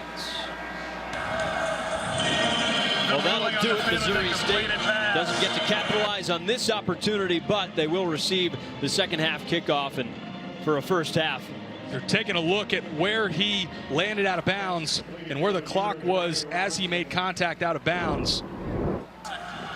The ruling on the field is completed pass out of bounds with 1 second on the game clock. Would the game clock operator please reset? Thank you. And they're outside of Yusef Obeid's range. They said they wanted to get him to the 38-yard line for an end-of-game scenario. They're also kicking into the wind on this play. Under further review. We're going to take a look. I think it may actually be more than just a second left, and we do see Yusef Obeid come on the field. This is outside by 5 yards, outside of the range that when we talked to Ryan Beard, he said he'd be comfortable with a field goal attempt. Yeah, we'll check if this is a catch with 1 second to go. Clark found Jamarie Robinson right along that sideline. A heck of an effort. Looked like that right knee was down in bounds. I think the right foot trailing behind him is down. There's no question he catches the football. Take a look at the right foot where it taps down. I don't think there's any question that this is a catch. It's really more, what is the clock situation? If it's not 1 second, it's 2 seconds. So we're not talking about much time here. Certainly not enough time to run another play. But where is the ball spotted? What does the time look like? And then from a decision-making standpoint for Missouri State, do you trust your kicker, Yusef Obeid, to try a field goal from this range, which would be a 60-yard attempt? Well, Obeid's career long is 50 yards last year against South Dakota State in the finale. 60 is a different story. That's for guys that you played with like Chris Boswell. That's exactly right. We'll see what Obeid can do. They're still taking a look here. Call was that he was out of bounds with 1 second remaining. I mean, all in all, we'll get the call right here. After review, the completed pass with the runner's knee down inbounds at the 43-yard line. Missouri State has elected to take their final charge to avoid the 10-second runoff. Third down. So because he caught the ball inbounds, thankfully, if you're a Missouri State fan, they still had 1 timeout remaining. Otherwise, they would have had to go to the line of scrimmage and clock the ball. Would the game clock operator please reset the game clock to 3 seconds? 0-3, please. But because Missouri State had that final timeout, able to burn it there, they avoid the 10-second runoff. And now Yusef Obeid from 60 yards. We'll see if Obeid has the leg. The sophomore from Dearborn, Michigan. Career long is 50. This one starts with a 6.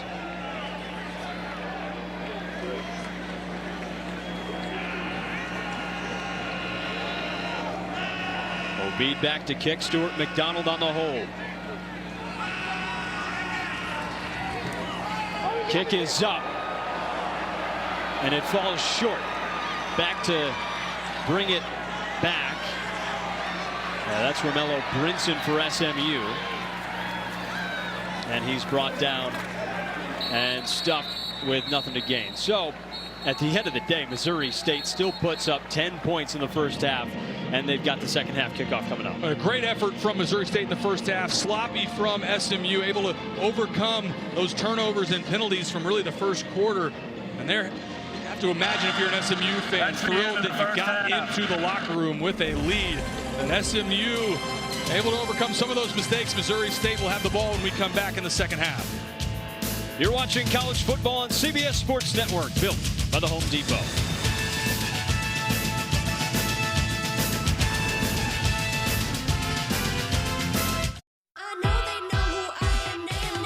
The second place Washington Spirit take on playoff hopefuls Angel City. Tiernan, it's in! Don't miss a crucial NWSL match Thursday on CBS Sports Network. They know me. I checked Allstate first and saved hundreds on my car insurance. Unfortunately, I didn't check if doing the Georgia bark at my boss would be appropriate. Go, dogs. Yeah. So we need to... Sickle. And it's not. Checking Allstate first was smart. Barking at my boss, dumb. At least I checked Allstate first and saved hundreds. Hey, Bark Boy. These guys are crazy. Subway's got a new meal of the day with chips and a drink for just $6.99. Or if you're big hungry, make it a footlong for only $3 more. Huh, big hungry, is that a thing? That should be a thing. Find your fresh with the all-new $6.99 meal of the day at Subway. At Doth's, an ordinary pretzel just isn't enough. So they add savory seasoning and tempting buttery flavor into every delicious twist. Now that's enough to make you order a special delivery. That seems like a lot. They're really good. What do I have today? Just that therapy appointment for inner child work at 11. Oh, it's stupid. I hate it. I just want to stay up late and hang out with my friends. So, keep it? Yeah. Smart. Ego, the #1 rated brand in cordless outdoor power. Experience our most powerful blower that exceeds the power of gas. The industry's most powerful cordless pressure washer and a string trimmer so smart it loads the line with the push of a button. Find an Ego retailer near you. See that brand new Hyundai Santa Fe? Yeah. I only paid. Finish this bucket on your own. Enjoy your new car. Hyundai Getaway Sales Event. Get 0% APR for 60 months, plus 0 payments for 90 days on select Hyundai vehicles. Visit your local Hyundai dealer today. I was coming home from work. I don't even think I had time to hit the brakes. It was a heavy impact. The Volvo did its job, and I was fine. That was a big factor when it came to my son driving. We felt a lot of relief knowing we were going to hand him the keys to a Volvo.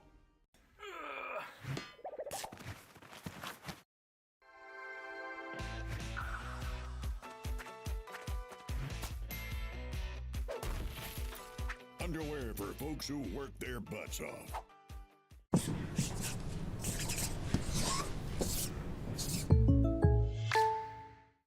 Any pizza, any toppings, for just $9.99? Sheesh, I'm getting all kinds of ideas. Over 13. You're watching the Ram Trucks Halftime Report on CBS Sports Network.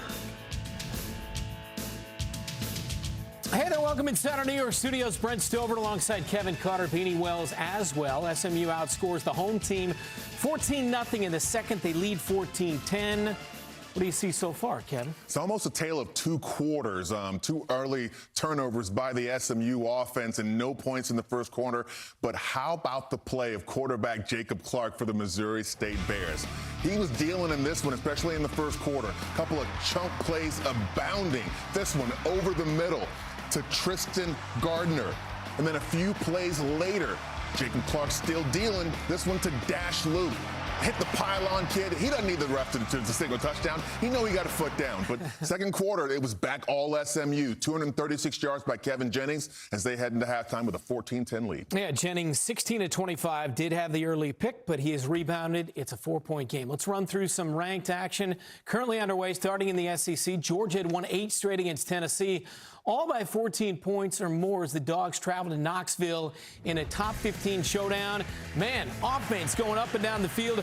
Joey Aguilar cooking early, Beanie. Absolutely. Aguilar airs it out to Chris Brazil, who makes the contested grab and cruises the rest of the way to the end zone for the 72-yard touchdown. Bows take a 14-7 lead.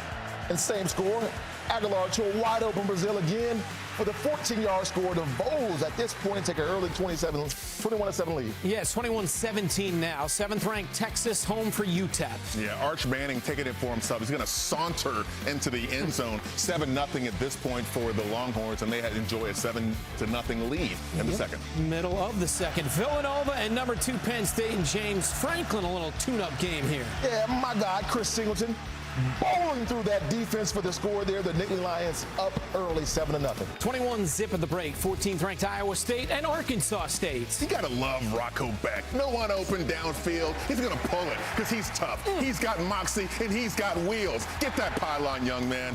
Iowa State up early in this one, 9-3. Yeah, late in the second quarter now. 18th-ranked USF game of the day against number 5 Miami and Carson Beck and company. Yeah, Beck's going to find Joshua Moore across the middle of the field. He takes it in for the touchdown, and Kings enjoy a 7-0 lead early in this one. All right, so Miami trying to add to that. 12th-ranked Clemson taking on the Yellow Jackets of Georgia Tech, 13-7 in the third. Cade Klubnik, Bryant Wesco Jr., that connection has been awesome early in the season. But other than that connection, not a lot of offense and not enough for the Tigers. It was 14-13 Beanie at that point. Yeah, and Haynes King decides to keep it for himself and go straight through the heart of the defense right there for the touchdown. They do get the 2-point conversion. Yellow Jackets take a 21-14 lead. And Adam Randall up the gut for the 2-yard score to tie it back up. But here, Aiden Bird nails a 55-yard field goal. The Blue Jackets pull off the upset. Oh, man. 24-21 in dramatic fashion. The Yellow Jackets are 3-0. What do you make of the Clemson Tigers through 3 weeks, Kevin? Well, hats off, first of all, to the angry 3 stars of Georgia Tech Yellow Jackets. What a win. But look, when I look at Clemson, what does this mean for Clemson? Man, it means that Cade Klubnik may not be the guy that we all have sized or surmised him up to be early in this season. When you rush the ball for over 172 yards on the ground and you have guys like Bryant Wesco and Antonio Williams pulling down and making big chunk plays in the passing game for you, and it tells me that on a down-to-down basis, you're not managing and doing enough in the passing game. I mean, I don't know exactly what his numbers were for the game, but completion percentage matters. The frequency in which you hit the open guy, it definitely matters. And in this one, with rushing yards, everything else going out the window, with scores being somewhat equal, I'm looking at the quarterback. Yeah, but you most certainly have to look at the quarterback play of this football team. But I'm going to look at the quarterback play of a great quarterback in Haynes King, a guy that all he does is make great football plays for the football team. And hats off to Brent Key. If you're a ranked opponent and you know you got to play Georgia Tech, that's the last team I'd want to play. I'd be having nightmares all night the day before that football game because all they do is knock off ranked opponent after ranked opponent. But then on the flip side of that, you look at Clemson, what they're not able to do on a consistent basis is run the football. In that first half, I think Adam Randall only had like 35, 34 yards. They should have gotten the ball a lot more to be able to sustain some of those drives. You can't put the ball in Cade Klubnik's hand and say, "Hun, go win the game for us. It's all going to be on you." It doesn't quite work like that when you're not a superstar quarterback. He's very serviceable. I just don't believe he's going to be the catalyst of this football team winning solely, especially on the offensive end. Yeah, Klubnik just 15-26, 207, a touchdown and a pick. Haynes King, for my money, as tough as any quarterback in America right now. And Georgia Tech with a massive win. We're going to run through the other ACC action, including Pitt looking for a win in the backyard brawl. Stay with us.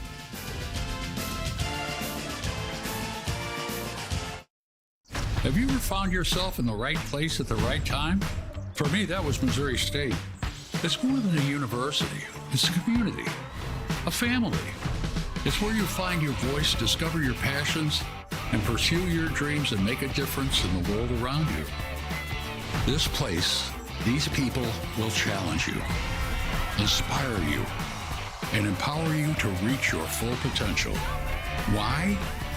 Because that's what Bears do.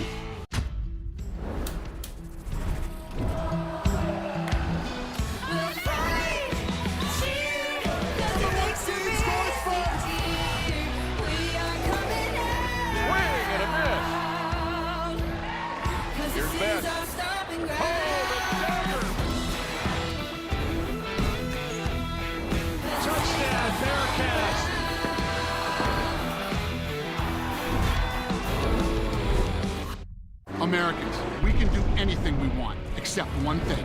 We just can't stop being American. So get out there, take your swing, rev your engines and let freedom ring. and never, ever, ever stop being American. Nothing stops America, and nothing stops Ram. During the Ram Drive into Fall event, get 10% below MSRP, plus $2,000 bonus cash on select 2025 Ram 1500 models in dealer inventory, or get 0% financing for 72 months. Remember your ABCs. Always be clogging. And the Walmart app has over 500 million items. Walmart has dancing shoes? Who knew? Who knew? The Walmart you thought you knew is now new. Subway's got a new meal of the day with chips and a drink for just $6.99. Or if you're big hungry, make it a footlong for only $3 more. Huh, big hungry. Is that a thing? That should be a thing. Find your fresh with the all-new $6.99 meal of the day at Subway. If the peanut butter in a Reese's could talk to the chocolate, what would it say? You complete me. Should we start a podcast? Who does your ridges? This Sunday, we need to get every tailgater a Pepsi to amp up their food's flavor. Why would you throw that? It was him. Pepsi does make it taste better. Try it again with the pork. Maybe the burger? All right, team, let's review. USAA membership is open to... My dad is a veteran who joined, so my mom can join. That's right, Haley. Same here, which means I can join too. Which means I joined thanks to my grandpa. He joined and passed membership to my mom, who passed it to me. Are you eligible, Coach Gronk? It's complicated. That means no. USAA. Become a member today. Welcome back. Backyard brawl. Pitt Panthers and the Mountaineers of West Virginia. Ty Edwards takes the ball, makes a cut, and gets the scoring started in this backyard brawl. Mountaineers up 7-0. Pitt closing in. Eli Holstein throws it right to Darian Lewis of West Virginia, who stops the scoring threat and maintains the lead for the Mountaineers. They're up 7-0. 7-3 now at the break. Okay, UNC, Belichick looking for win number 2, hosting the Spiders of Richmond. Yeah, Gio Lopez surveying the field is going to find a wide open Jordan Shipp for the 29-yard touchdown. Tar Heels with a 10-0 lead. Second quarter, early in the second, 3rd and goal. Lopez powers his way into the end zone for the quarterback sneak. Tar Heels up 20-3 at this point. SMU massive favorites on the road against Missouri State. They were down 10-0, but Tremico Green and company with back-to-back touchdowns in the second. 14-10 more to come. At Napa, we're the pros that know how to make your business our business. Pros everywhere you need us, with every part you need. From brake pads to stock your shop in Orange County, California. Brake pads. To oil filters for your fleet in Orange County, Florida. It's why we built a nationwide network of parts and exceptional service, all driven by one mission, to keep businesses big, small, and everything in between moving full speed ahead. Never know how. Depend keeps you drier than ever, so you can say yes to more than ever. Yes! Yes. Yes. No. Depend. The only thing stronger than us is you. Titleist is always looking for ways to help you shoot lower scores. And here's another. AIM, Alignment Integrated Marking. These markings are engineered for performance to help you be more precise. Choose your favorite design and let AIM help you make more. So, to recap all the AI we're adding, it's supposed to streamline our workflows. That's the idea. But adding the AI that makes everyone else's job easier to manage gives us more to manage. That's the reality. Well, that's not very streamlined. That's the irony. Any business can use AI. IBM helps you use AI to change how you do business. Let's create small to business. IBM. Behind every DIY is more help than you think. Try this for a clean line. Nice. Sometimes help is delivered. And some things have just got to go. Don't worry, these will go quick. I wonder if I can link two hopes together. Perfect. Because do it yourself doesn't have to mean all by yourself. What are you working on? I think I like sports now. No way. The gecko was just spotted down the street. I've always wanted to meet him. Ever since Geico's 24/7 emergency roadside service got us out of a jam. Sounds like you got more than just savings, my dudes. Sir, do we know you? Oh, I'm just a stranger who loves friendly service and American football. Okay. Something to drink? Oh, yes, spot of tea be lovely. And a root beer with lots of ice. You know, you kind of look like someone. Get more than just savings. Get more with Geico. My cousin Daryl. Oh, he does look like Daryl. If you're making a to-do list today, make it easy on yourself. Just write down Reese's, then write down eat them, and then you're kind of done for the day. Welcome back. A reminder, we have a huge matchup tonight here on CBS Sports Network. 20th-ranked Utah travels to Wyoming with both teams looking to start 3-0. Kickoff coming up 8 Eastern. And the USC and Purdue game over on CBS is in a weather delay with heavy rain continuing to fall in West Lafayette. Once the players get back out on the field and the weather clears, that game will kick off and get underway again over on CBS. One more quick highlight. 19th ranked Alabama looking to get right against Wisconsin. Ty Simpson, 24 of 29 on the day, 382 yards, 4 touchdowns. 2 of them to Ryan Williams. Here's one of them. Crimson Tide go on to beat the Badgers 38-14. Quick second-half thought on the SMU Missouri State. Missouri State has been a scrappy football team, and SMU hasn't been playing sound. They got 6 penalties for 75 yards, 2 turnovers. They have to play better football and take care of the ball, more importantly. All right. Ponies up 14-10. Second half from Springfield, Missouri next. This has been the Ram Trucks Halftime Report. Ram Trucks. Nothing stops Ram. Oh, I gotta come clean. I don't get football. What? Why do they score by 7? 6. And the kicker is so little. I worry about him. Do you even like my nachos? I love your nachos, man. Cottonelle leaves you so clean, you'll want to come clean about everything else. Subway's got a new meal of the day with chips and a drink for just $6.99. Or if you're big hungry, make it a footlong for only $3 more. Huh, big hungry. Is that a thing? That should be a thing. Find your fresh with the all-new $6.99 meal of the day at Subway. Hey, my treat today. I don't think they'll take that here. Of course they take Discover. You're stuck in the past. Unlike me. You look rad. Discover is accepted at 99% of places nationwide. Totally. At DriveTime.com, you can customize your own monthly payment. So I can pay less than $300 a month? Yeah, use a slidey thingy. Now just go to the DriveTime dealership. Okay! That's the deal I made on my phone! This is a commercial. Go get your real deal at DriveTime.com. At Dots, an ordinary pretzel just isn't enough. So they add savory seasoning and tempting buttery flavor into every delicious twist. Now that's enough to make you build an all-pretzel pantry. With a biometric security system. Dots, sensationally seasoned pretzels. This Sunday, we need to get every tailgater a Pepsi to amp up their food's flavor. Why would you throw that? It was him. Pepsi does make it taste better. Try it again with the pork. Maybe the burger? Remember your ABCs. Always be clogging. And the Walmart app has over 500 million items. Walmart has dancing shoes? Who knew? Who knew? The Walmart you thought you knew is now new. Thank you, teachers. Thank you, teachers. Thank you, Coach Prater, for always supporting me. Thank you, Chestnut Ridge Middle School, for always teaching me to stay curious. Thank you, Mrs. Love out of Trent Test Academy. Thank you, Miss Cross, for everything, letting me be myself. Thank you, Miss Young, for all the life lessons you gave me. Thank you, Mrs. Hurdlow. Thank you, Sean Witten, for everything you've done for me. Thank you, teachers. You're appreciated. Every day. Every day. Every day. Every day is game day for teachers.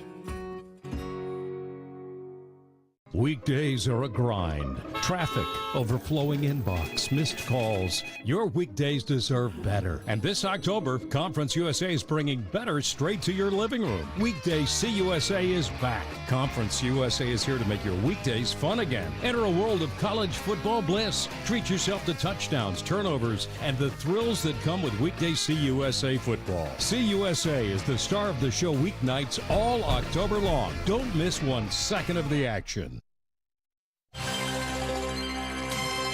Welcome back to Springfield, where Missouri State trails SMU by only 4 points. Let's take a look at the T-Mobile game summary, and it's pretty clear penalties and turnovers have been such a key for the Bears staying in this game. Hi, everybody. With Taylor McCarg, I'm Jack Gordon. What an interesting first half. That was pretty sloppy. A pick, a fumble, missed field goal by SMU that has kept Missouri State in this game. You saw the turnovers and the penalties for SMU. I mean, that is the recipe for an upset for Missouri State. I thought it was a spirited effort early, but it started with these turnovers for SMU right out of the gate. Interception from J.J. O'Neal, the fumble from Romello Brinson. Thomas Anderson able to jump on this ball, and Missouri State able to capitalize. This was a great throw over the shoulder of Dash Luke for a touchdown. Missouri State did a nice job right out of the gate. SMU found a little rhythm finally in that second quarter running the football. The first touchdown from Jermichael Green, then T.J. Harden coming back after a little bit of an injury. And that second quarter, SMU finally found a little bit of a rhythm on the ground, able to get them into halftime with the 4-point lead. 60 yards on the ground so far, 40 from T.J. Harden, who's got the touchdown. And like you said, Jermichael Green stepping up in his absence briefly. Interesting day for the kicking game as well for SMU. Sam Keltner, who's now the starting kicker, taking over for the program's all-time leading scorer, Colin Rogers, who's been in a little bit of a rut. Keltner kicking off. He boots it away. We've got a 4-point game here in Springfield. We go down to the sideline. Brandon Marcello. Yeah, guys, I caught up with both coaches. Rhett Lashley at SMU telling me that they came out sloppy and they just need to clean things up. He loves the way they ended the first half. Got to carry that into the third quarter. Ryan Beard, meanwhile, loves the effort, and also he says SMU has got good players, but so do we. We need to fight.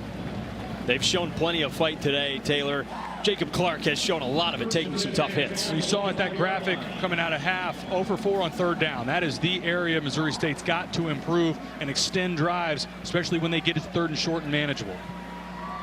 We welcome you to Springfield, Missouri, where the Missouri State Bears trail SMU only by 4 points. A double reverse on the first play, and it's going to be a big gain. Jacob Clark's even out there to block for Jamarie Robinson, who's wrapped down at the 46. Bears not holding back right away. And how about the quarterback, Jacob Clark? Watch number 12 get out on the perimeter. Love the play call. And watch your quarterback. This will count as a pancake block when they go back.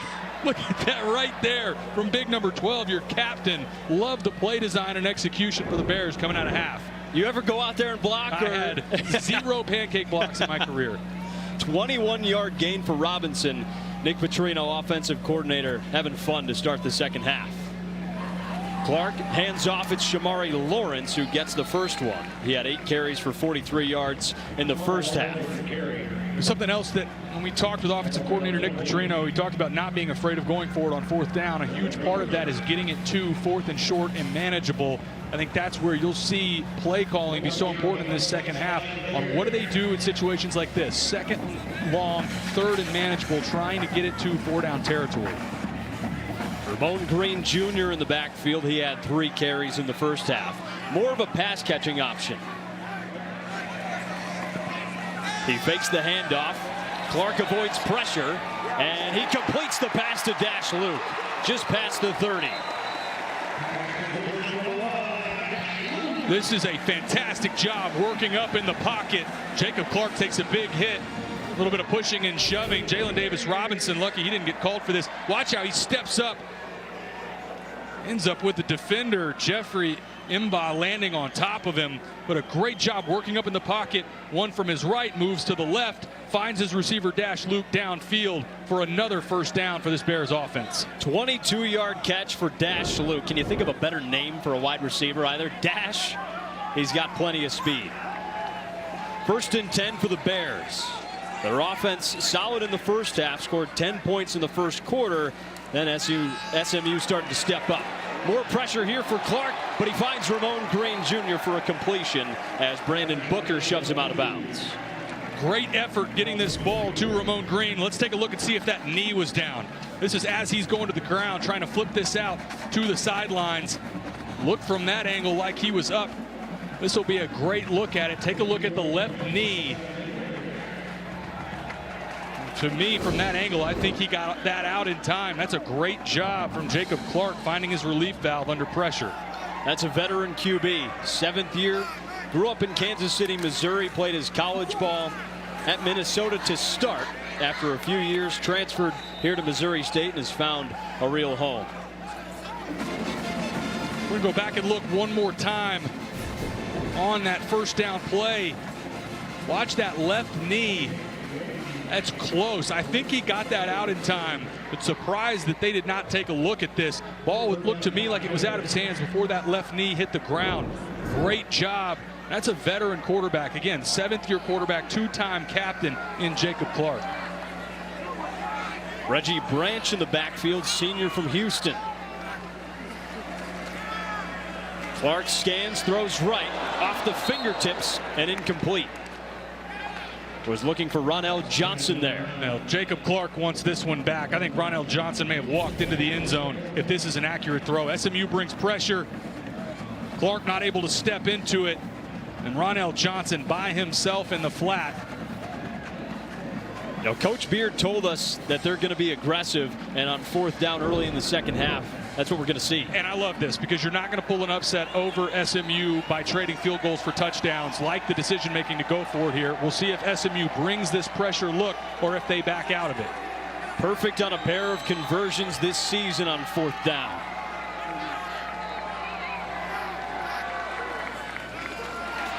Clark looks left, takes a hit, throws, and it's picked off. Isaiah Wacobia. Flag down on the field inside the 5. Well, this is in the spot of where Wacobia was. They're going to go pass interference on number 23, Isaiah Wacobia, and this will come back. Pass interference, number 23, defense, 15-yard lead, and automatic. First down. And I thought Wacobia was in a great position. I'm not sure that he needed to grab here. Watch that, really that sell to the inside. He wraps the receiver with his left hand. I don't know that there's enough in that. That to me looked like an underthrown football from Jacob Clark. I think Wacobia was in a good position. Rhett Lashley is giving the back judge the business. And I think I agree with Coach Lashley there. From what we saw from Wacobia, I'm not sure that that was pass interference. Ball sitting at the 10 right now. About 3.5 minutes into the 3rd quarter, and Missouri State has a great opportunity to retake the lead. The Bears were up 10-0 after the first. SMU has scored a couple touchdowns in a row. This was the area where Dash Luke had his touchdown earlier in the game. Do they target him again in the red zone? Lawrence motions out wide. Throws to Green. Wrapped up at the 10, no gain. Brandon Miazono on the tackle. Go back to the pass interference call on Isaiah Wacobia. As he sells, Jamari Robinson sells this to the inside. Throws the left hand out, and you see the wrap on the hip. But again, I'm not sure that that impacted the route for Jamari Robinson. To me, again, it's an underthrown football from Jacob Clark, who was under duress. I think Clark was bailed out there, and really a call that on a bang-bang play, I'm not sure was the correct call. That's something SMU has struggled with. 7 penalties for 90 yards.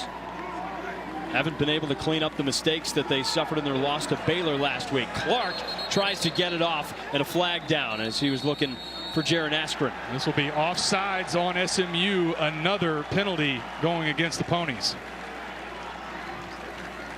I mean, what do you tell a team this undisciplined right now? On the defense. Evans hunted into the goal from the previous spot. Replay the second down. And they get Isaiah Smith, the rush end. He's lined up into the boundary. Right here, your stand-up end. It just gets a little bit. It's not even a false start. He's lined up in the neutral zone. And that is an undisciplined penalty, one that those are the ones that are easily avoidable. A frustrated Rhett Lashley on the sidelines. Missouri State's got a real shot here.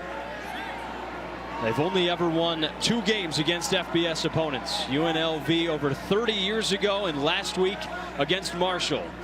Never done it as an FBS team at home. Clark hands it off to Shamari Lawrence. Tackled down before the 5. This is a spot on the field that benefits SMU. Their front seven versus Missouri State's front seven. When you get into the tight red zone inside the 5-yard line, look at all the blue helmets getting penetration. I think Missouri State's going to have a really hard time running the ball, whether it's stretch zone or right at SMU. I think they're going to have to throw the football to try and score touchdowns here and take advantage of man coverage on the outside. Would you be surprised if this is 4-down territory and they go for the end zone? Not at all. Again, I don't think you can trade field goals for touchdowns against this SMU team if you're trying to pull off this upset. That's what Ryan Beard said yesterday. They're not going to win this game with field goals. Clark looking for the end zone. It's picked off. Wow, what an incredible play by Jalen Davis Robinson. He steals a touchdown and gives the Mustangs the ball. First down, SMU. Timeout on the field. Well, it's a great job by Jalen Davis Robinson sinking underneath the route. They're trying to throw the corner route to Dash Luke. It's a great job by Jalen Davis Robinson. Huge momentum play for SMU.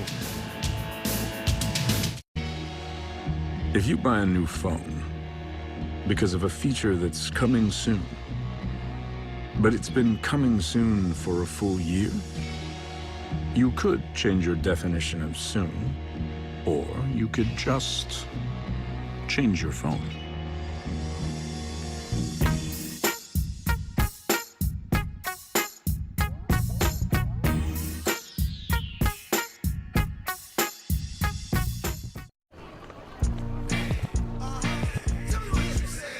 I see it. I like it. I want it. Yes, I do. Said I need it. With Chase, you can get a debit card for your kids' independence. And parental notifications, so you can keep an eye on how they're using it. Still on budget. Control for parents, freedom for kids. That's family banking from Chase. Make more of what's yours. At Doth's, an ordinary pretzel just isn't enough. So they add savory seasoning and tempting buttery flavor into every delicious twist. Now that's enough to make you order a special delivery. That seems like a lot. They're really good. Doth's, sensationally seasoned pretzels. This Sunday, we need to get every tailgater a Pepsi to amp up their food's flavor. Why would you throw that? It was him. Pepsi does make it taste better. Try it again with the pork. Maybe the burger? Is this for real? At FanDuel, we know how great it is to celebrate a win. And we want everyone to celebrate this NFL season. That's why we're giving away over $1 million in prizes with FanDuel free-to-play games. So lace up those dancing shoes. Because with FanDuel, you can feel like a winner after every play. FanDuel, official partner of the NFL. 14-10 SMU after a big red zone stand. An interception from Jalen Davis Robinson trying to throw the corner out to Dash Luke. And this is a great job sinking underneath the route. And they trick Jacob Clark, who thinks this is man coverage. It's not. It's zone coverage. And it's a great job by Davis Robinson sinking underneath the route of Dash Luke and coming away with the interception. There's fourth-year defensive coordinator Scott Simons, who was very upset after the Baylor loss, but his team has bounced back well, allowing 10 points in the first quarter to Missouri State. They've shut him out since. So now the Mustangs offense takes over. Kevin Jennings, who's already thrown for over 230 yards. Looks left, now scrambled right, and can't hit the dump-off pass to his running back, Chris Johnson Jr. These are the easy completions that SMU's missed really throughout the game. This should be an easy pitch and catch. C.J. Johnson Jr. able to turn upfield. Instead, for me, that's Chris Johnson just taking his eyes off the football. That's a catchable ball that Chris Johnson Jr. needs to come down with. 2nd and 10. He got the flag, got everybody to jump on the line. Lofting it up and incomplete. This one's going to come back and it'll be offsides.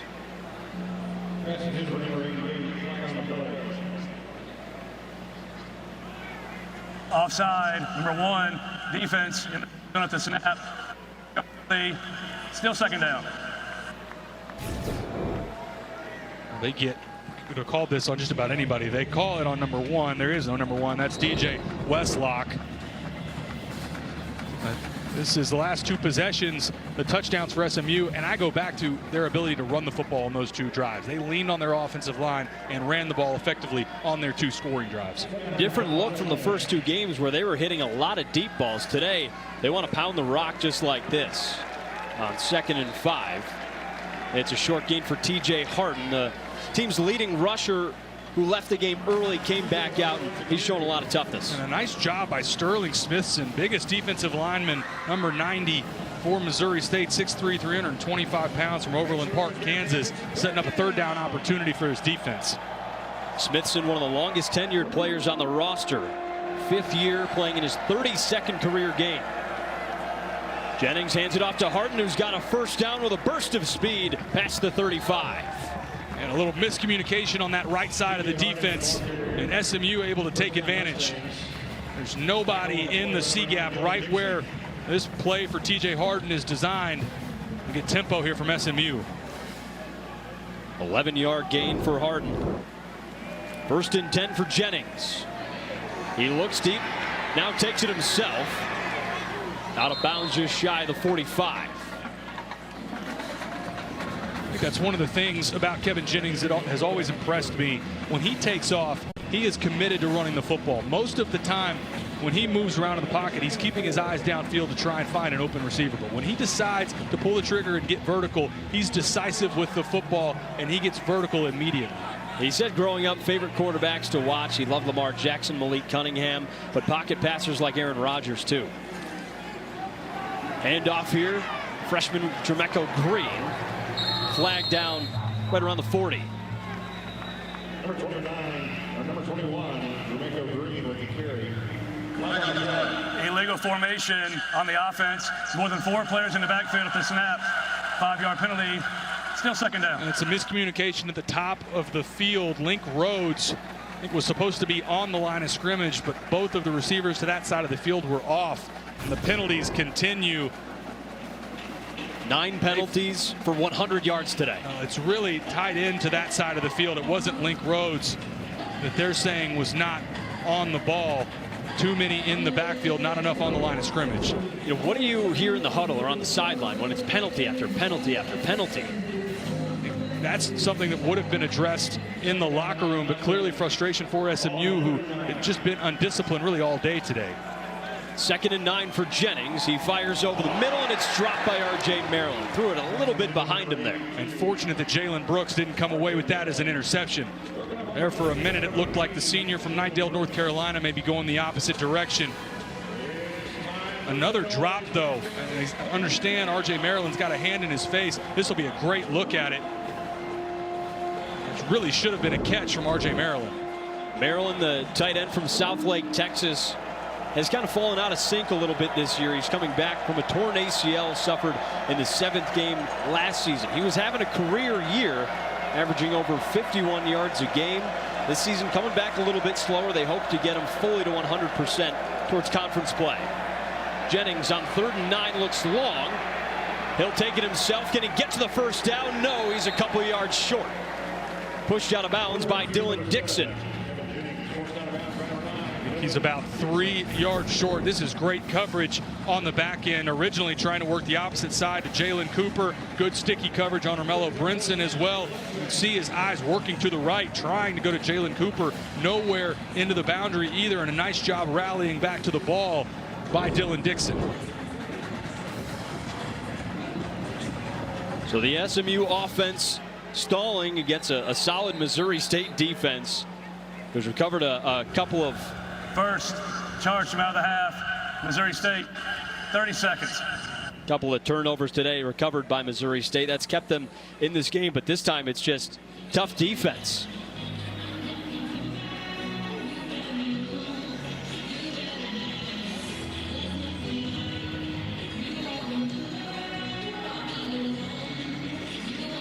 (14-10) SMU here, just over 6.5 to go in the 3rd quarter. But tomorrow you can count on the Week 2 NFL on CBS slate, showcasing a reunion between division rivals when Josh Allen and the Bills meet the Jets and the Broncos gallop into Indianapolis to face the Colts. You can always count on Sundays with the NFL on CBS and Paramount Plus.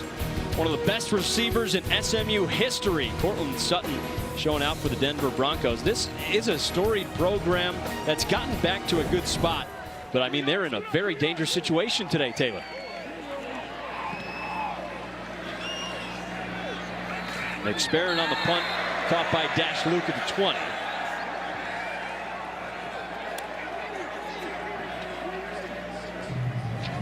Four-point lead for SMU, just over 6 to go in the third. You guys remember that first word? Class clowns. Old truck. More memories. Less sugar, fewer net carbs, fewer calories. The best things in life start with just the right ingredients. Better starts with Breyer's Carb Smart. Drop whatever you're doing right now. The Wendy's $8 JBC meal deal is here. That's 2 junior bacon cheeseburgers, medium fries, and a medium drink. So you better be on your way. Bacon waits for no one. The #1 deal for the #1 bacon.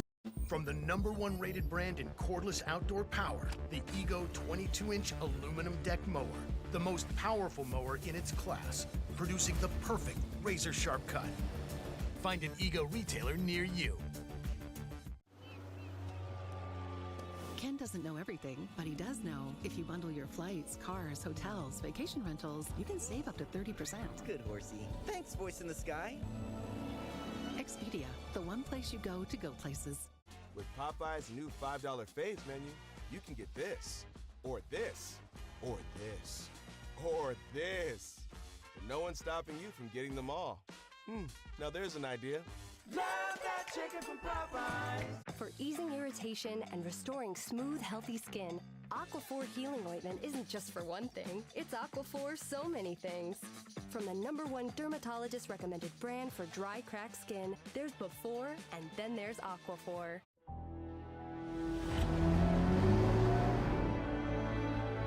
Hey Google, what's the fastest way to the pier?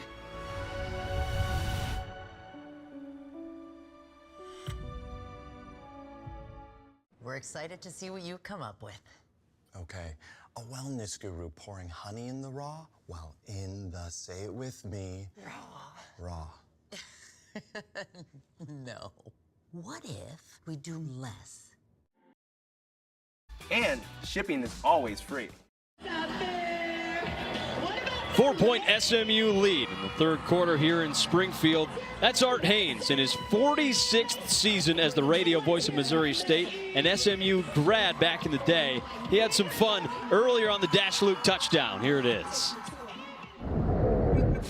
And there is the sidecar back. Clark takes the snap, locks in, throws the fade for the end zone, and it is caught! Touchdown! Dash Luke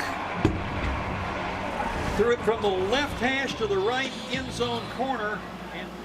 Final game for Art Haynes. 46th season, he graduated from SMU back in 1977. A legend all across the board here in Springfield. So he gets to go out on a full circle moment. Well, here's the Missouri State offense. Jacob Clark throwing deep. He's got Dash Luke out of bounds right around the 47. This is a great play design. They sell like Dash Luke is coming across the formation and works back against the grain. They're going to sell this like it's a play action rolling to the left. Jacob Clark sets up. It's really a throwback to Dash Luke. Great play design again from Nick Petrino. 27-yard catch for Luke. He's been a big target for Clark today.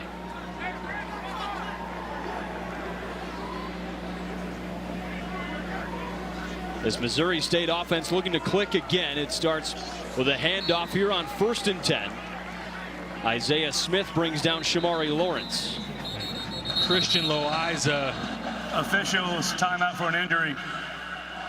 Loaiza got rolled up on late by Shamari Lawrence. Yeah, that's a starting left tackle.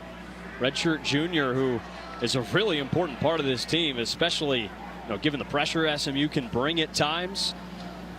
We'll take a step aside. 14-10 SMU. There's nothing like game day, but college sports are headed for a big loss. Without your help, stadiums will end up empty. College athletics face a growing financial crisis that affects every single school, big and small. This means the programs and athletes you're cheering for today could vanish tomorrow, starting with women's sports and Olympic programs. To create fair rules and more revenue, Congress must modernize the Sports Broadcasting Act. Sign the petition because it's time to get loud. Americans, we can do anything we want, except one thing. We just can't stop being American. So get out there, take your swing, rev your engines and let freedom ring, and never, ever, ever stop being American. Nothing stops America, and nothing stops Ram. During the Ram Drive into Fall event, get 10% below MSRP, plus $2,000 bonus cash on select 2025 Ram 1500 models in dealer inventory, or get 0% financing for 72 months. Behind every DIY is more help than you think. Try this for a clean line. Nice. Sometimes help is delivered. And some things have just got to go. Don't worry, these will go quick. I wonder if I can link two ropes together. Perfect. Because do it yourself Doesn't have to mean all by yourself. What are you working on? Okay, goal of this play is to get USAA membership. Why do we love USAA, team? Because they still call Mom Sergeant. And they pay Dad's claims super fast after that scary thunder. And they make it easy for Grandpa to have insurance and banking in one app. That's right. USAA is so good. Gotta make this play work for me. USAA membership, always the smart play. Become a member today. Wait, how's that gonna help us win a football game? I don't know. Christian Loiza, the starting left tackle from Missouri State, was rolled up on the last play. Really uncomfortable spot. He's going to have to come out of the game. That's right as Shamari Lawrence is going to the ground. You see him roll up on that right leg for Christian Loiza. And now Mahat Gwai, Louisville transfer, junior from Bradenton, Florida, going to have to step up. The offensive line has done a nice job so far today for Missouri State. Coming into this game, 11 sacks through 2 games today, have just given up the 1 sack. Now at that left tackle spot, Mahat Gwai's got to step up. They've also helped them run the ball pretty well, over 4 yards per carry so far. Welcome into Plaster Stadium in Springfield, Missouri. Missouri State Bears trailing SMU only by 4 points.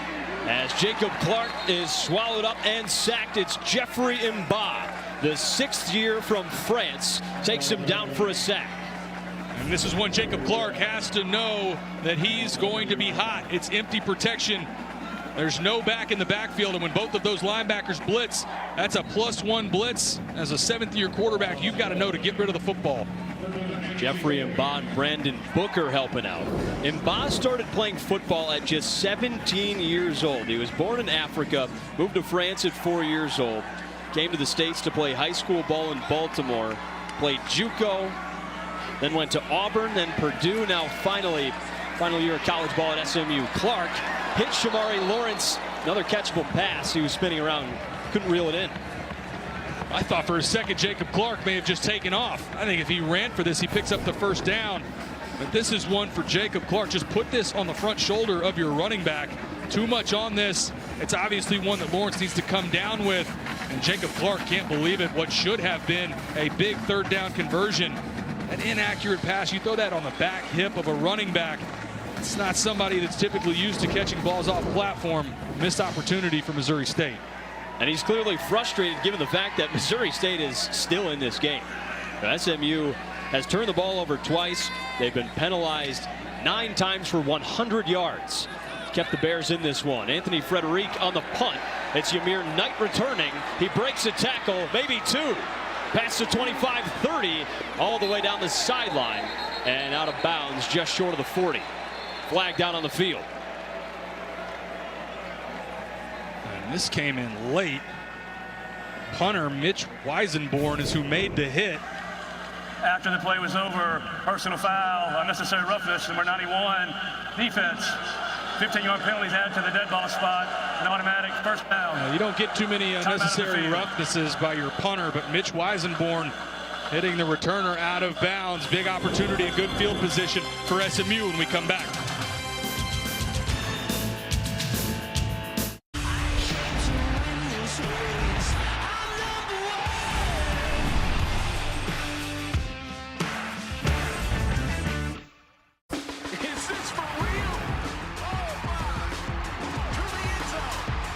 At FanDuel, we know how great it is to celebrate a win. And we want everyone to celebrate this NFL season. That's why we're giving away over $1 million in prizes with FanDuel free-to-play games. So lace up those dancing shoes. Because with FanDuel, you can feel like a winner after every play. FanDuel, official partner of the NFL. When your morning schedule is full, but your belly isn't. When your kid's school pickup needs an afternoon pick-me-up. We could all use a little kind in our snack emergencies. A little protein for breakfast, sustained energy from whole grains for a midday snack. Make it a kind day. Hey, my treat today. I don't think they'll take that here. Of course they take Discover. You're stuck in the past. Unlike me. You look rad. Discover is accepted at 99% of places nationwide. Totally. Did you know Geico has a 97% customer satisfaction rating? Is it weird seeing yourself on TV? It's my job, isn't it? To let people know that Geico's more than just savings. Certainly have our cat's attention.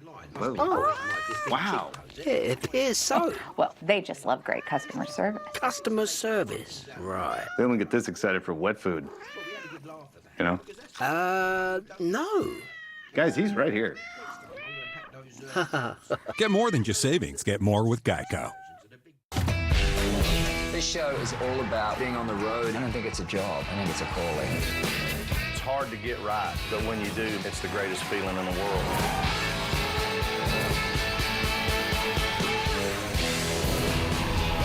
The Road, Sunday, October 19th, part of CBS Premiere Week.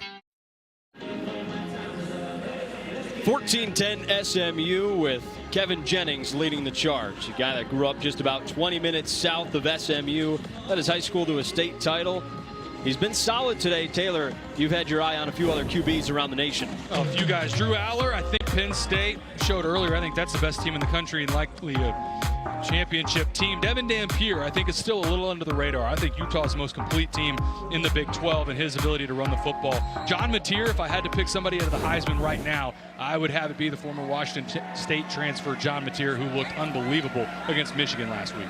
You'll see Utah take on Wyoming later tonight on CBS. Handoff here to TJ Harden, who spins through a tackle, and he's down through a 40. You can catch that game on CBS Sports Network later tonight. Good job by TJ Harden at the point of attack, making somebody miss right there in the hole. Jalen Brooks not able to make the tackle. Good job rallying to the football from Ryan Williams. 2nd and 4 for SMU. 3 receivers bunched out to the right. Jennings fires over. He's got Jalen Cooper, and he's quickly brought down. It's good defense on the perimeter. Those switch screens are now screens. Tackle made by Thomas Anderson. You've got to be able to shed blocks to blow these plays up. And that is a really nice job by Thomas Anderson, working away from Romello Brinson, who's one-on-one with him, setting up a 3rd and short opportunity. Missouri State's tackled well for a team that's undersized compared to SMU. 5 for 11 on 3rd downs today. That pass to Cooper was just the first completion for Kevin Jennings in this half. Handoff to Harden, who absorbs a blow and stays on his feet. He's got room in front. Dashing past the 10. Flag down on the field. He takes off for the end zone. Flag looks like it might be on Romello Brinson, who's got his hands in the air. This could be the 2nd blocking penalty on Brinson today. Well, and Rhett Lashley is beside himself. They're going to call this against Romello Brinson, who's blocking Jordan Dunbar, but Jordan Dunbar stops his progress. There's nowhere for Romello Brinson to go. He just runs into the back of Dunbar. If that's how this call stands, I disagree with this call against SMU. This sideline has seen enough penalties. There is no foul on the play. Result of the play is a touchdown.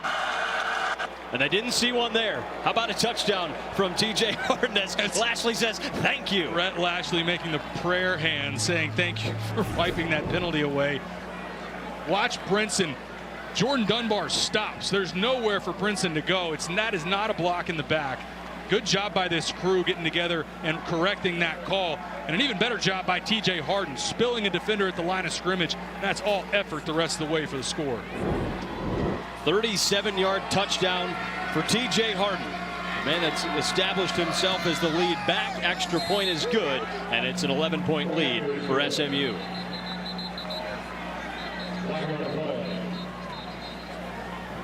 Another flag down on the field. Lashley's pointing at one of his players right now. Stop us if you've heard this before, but we got another penalty. I think I've seen a couple of those today. This could be the 10th penalty on SMU, unless this one's on the other side. We'll get it here. After the play was over, personal foul, unnecessary roughness, number 91, defense. That 15-yard penalty will be enforced on the kickoff. The try is good. So Rhett Lashley can take a deep breath.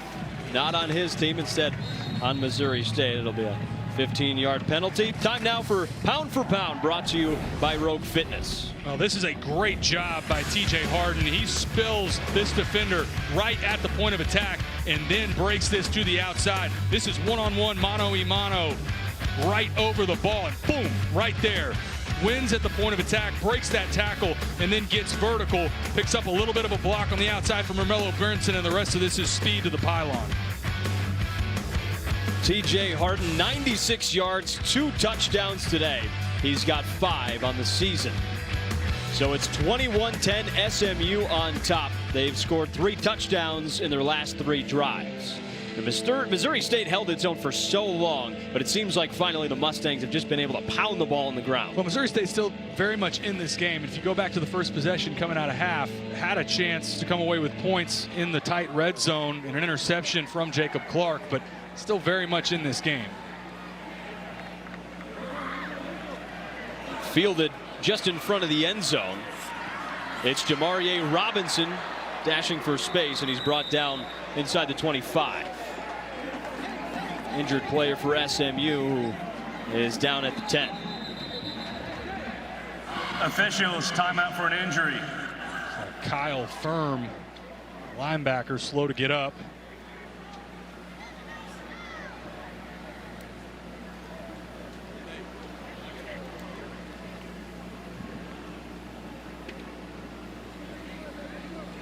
But for Missouri State, Jack, like you mentioned, does feel like momentum certainly on the side of SMU. 3 straight scoring possessions and 21 unanswered. But this is an offense, and they have the ability to go up tempo. They can score points in bunches, but watch this again, spilling a defender at the line of scrimmage and showing that physicality from the running back position from TJ Harden, showing you again why this was the #1 running back a year ago for UCLA. I think over the last 2 weeks, between his performance against Baylor, where he had 115 yards on the ground, and again here today, he is displaying why he deserves to be the every down back for SMU. Harden showed he was the most experienced back of the group. There really was a competition entering this season. Guys like Harden, Chris Johnson Jr., Derek McFall. He's won the job and won it pretty outright. Already 2 touchdowns, almost 100 yards today. But SMU on the ground has given them such an advantage because, one, they're burning clock, and they've just tired out the Missouri State defense so much. And that was a piece that for SMU was missing, especially in that first quarter, their inability to run the football. And they stayed behind the sticks for so much of the first quarter. And then just in general, SMU played a little cleaner. There's still too many drops and penalties. But the turnovers they got rid of after the first quarter, and have certainly run the football better since the first quarter ended. Well, Missouri State is scoreless since the first quarter. Typically a high-powered offense. They were first in the Missouri Valley Football Conference, over 300 pass yards per game last year. They've been somewhat stalled by the SMU defense. Clark motions, dash Luke, fakes the handoff. Now he looks for Luke over the middle, and he's got him for a big completion all the way to the 45. And that's a matchup they love. Dash Luke matched up against the linebacker, Brandon Maizona. He's going to win that every time. A little bit behind Dash Luke, but a nice job fighting through, making that catch as he's got the safety. And look at the reaction. They're fortunate it's kind of that close. Is he brandishing the weapon? That's what Romello Brinson was called for a week ago. That's supposed to be called an unsportsmanlike penalty, and it's, you know, referees have keyed in on enforcing that more this season. Brinson got it last week. Handoff here for no gain. Isaiah Smith on the stop. Well, Isaiah Smith matched up there against the backup left tackle, Mahat Gway, getting the better of Gway there. That's a matchup we'll have to keep an eye on again. Christian Loaiza went down on the last possession with what looked like a leg injury. Isaiah Smith is the best edge rusher for SMU. Smith, the senior out of Washington, D.C. He's been with SMU for all 4 years. Career year last season with 32 tackles and 6.5 sacks. Clark looks to throw. He's pressured, and he's brought down right around the line to gain. It's Isaiah Smith again for a tackle. And this is just good coverage downfield. There's nowhere to go with the football for Jacob Clark. Take a look. And this is sticky really everywhere you look. Nowhere to go with the football. SMU on this play just rushing 4. And Wu Spencer, he's really the one that forces and flashes early, forces Jacob Clark to have to step up. That's exactly what Scott Simons, the defensive coordinator, wanted, for them to finally bring pressure. Didn't see that last week in a 48-45 double overtime loss to Baylor. Showing a 6-man pressure with no one in the backfield. Well, Missouri State hasn't converted on 3rd down yet today. Clark rolls right. Looking downfield, he keeps it, gets past the 50, and he's hit a little bit late. No flag yet. Ahmad Moses on the tackle, but this really looks like a position where it could be 4-down territory. Kind of tiptoeing down the sideline. Is he still in bounds? He might have been trying to draw that call, which officials might have been well aware of. Potentially had that right foot out of bounds when contact was made, but no call there. I think SMU may be a little bit fortunate that wasn't a penalty. 4th and 5. Offense still on the field. Down 11 towards the end of the 3rd quarter. Not surprising by the way the staff talked about it yesterday. And your best pass catcher out of the backfield is in the game in Ramon Green. They used him on screens last week against Marshall. Had over 120 receiving yards. Clark to throw. He's got Dash Luke. Can they get the 1st down? This one's going to be real close. They're marking him right on the line to gain. It looked initially like he had it. But that spot is close. I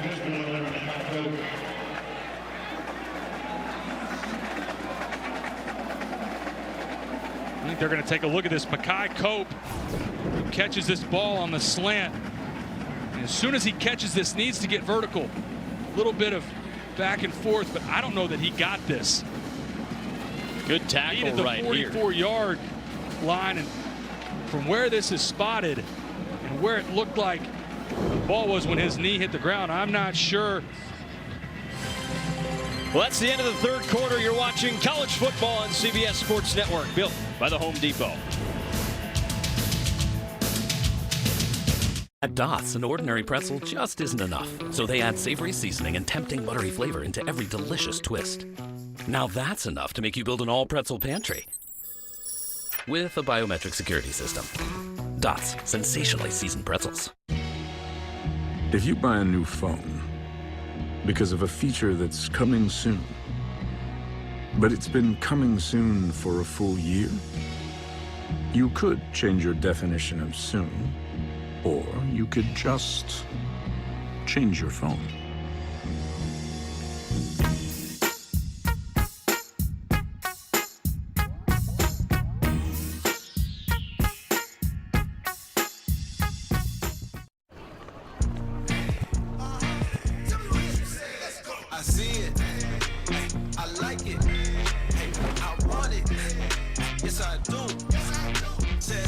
With Chase, you can get a debit card for your kids' independence and parental notifications, so you can keep an eye on how they're using it. Still on budget. Control for parents, freedom for kids. That's family banking from Chase. Ego, the #1 rated branded cordless outdoor power, pushes the boundaries of innovation to power the unexpected, all on one battery platform. Experience the industry's most powerful cordless pressure washer with advanced digital controls. A string trimmer so smart, it loads the line with the push of a button. And our most powerful blower that exceeds the power of gas. Ego takes innovation to the next level. One battery powers all tools. Find an Ego retailer near you. Maybe someday. Someday can sound far away, but it starts when you begin to believe. Someday starts today. Slow down, too.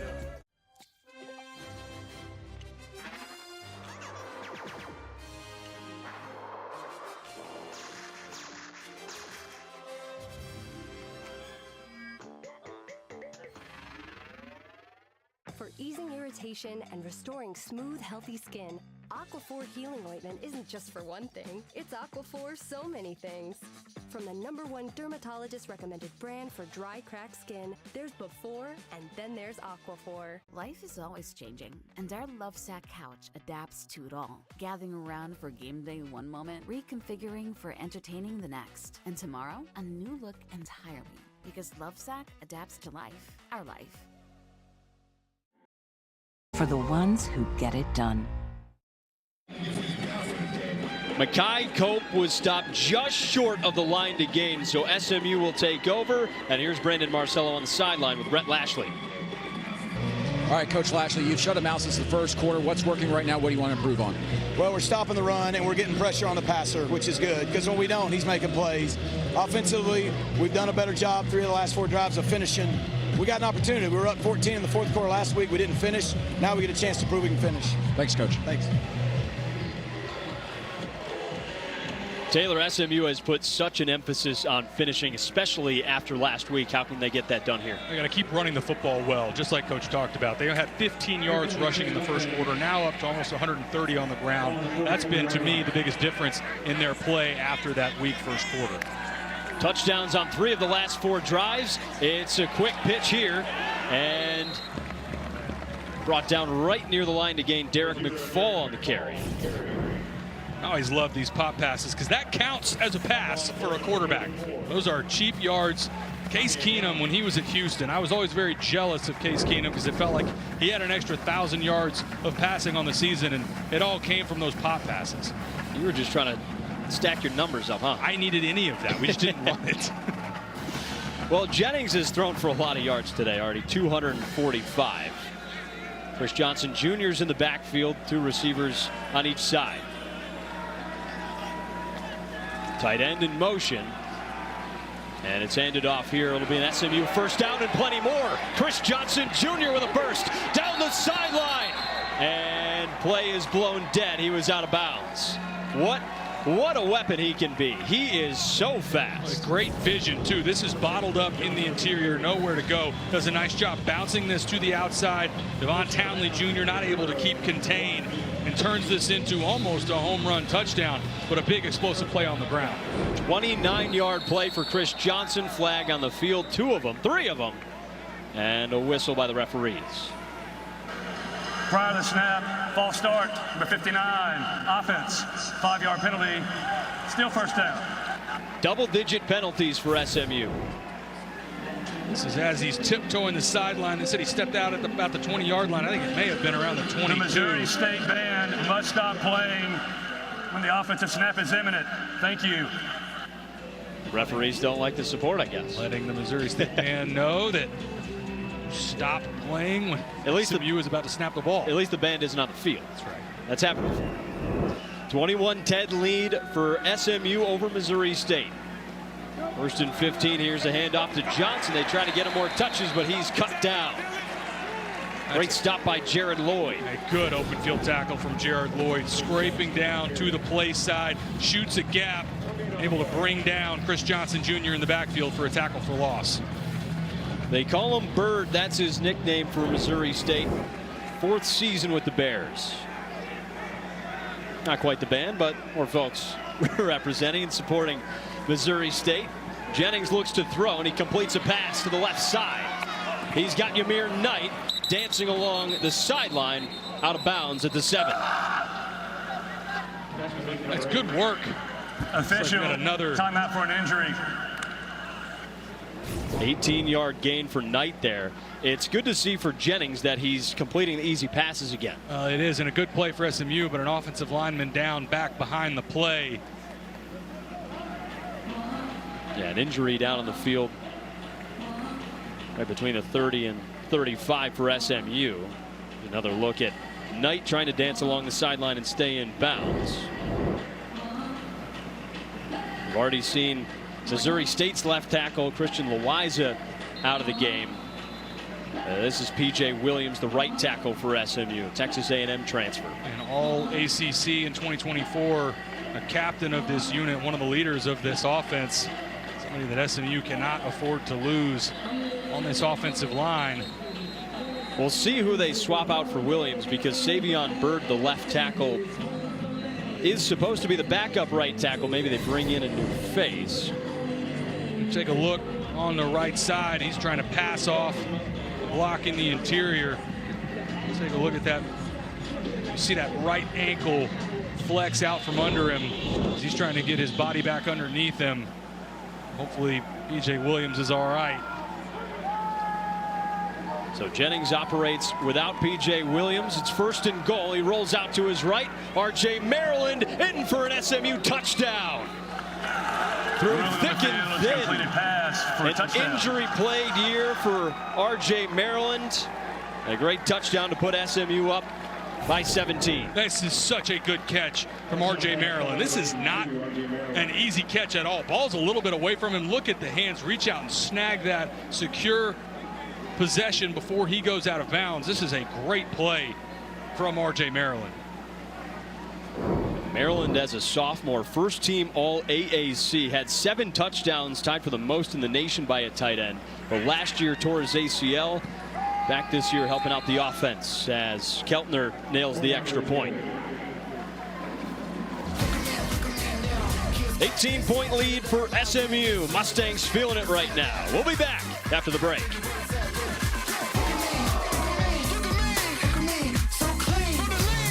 Americans, we can do anything we want, except one thing. We just can't stop being American. So get out there, take your swing, rev your engines and let freedom ring, and never, ever, ever stop being American. Nothing stops America, and nothing stops Ram. During the Ram Drive into Fall event, get 10% below MSRP, plus $2,000 bonus cash on select 2025 Ram 1500 models in dealer inventory, or get 0% financing for 72 months. Hey, can I? Thanks. Oh, listen, son, now that you're getting older, you might be curious about certain things. Please don't do this. You're eligible to be a member of Navy Federal Credit Union because I served in the Army. Our whole family can join and get exclusive savings and discounts. Cool. Very cool. All veterans and their families can join. Navy Federal Credit Union. Our members are the mission. If you're a pro, you know top quality Behr paint and Kills primer are available exclusively at the Home Depot. You know that now there's only one place to get the best value, service, and durability you expect from brands you trust. If you're a pro, you know. Beautiful, isn't it? It's exquisite. I could never.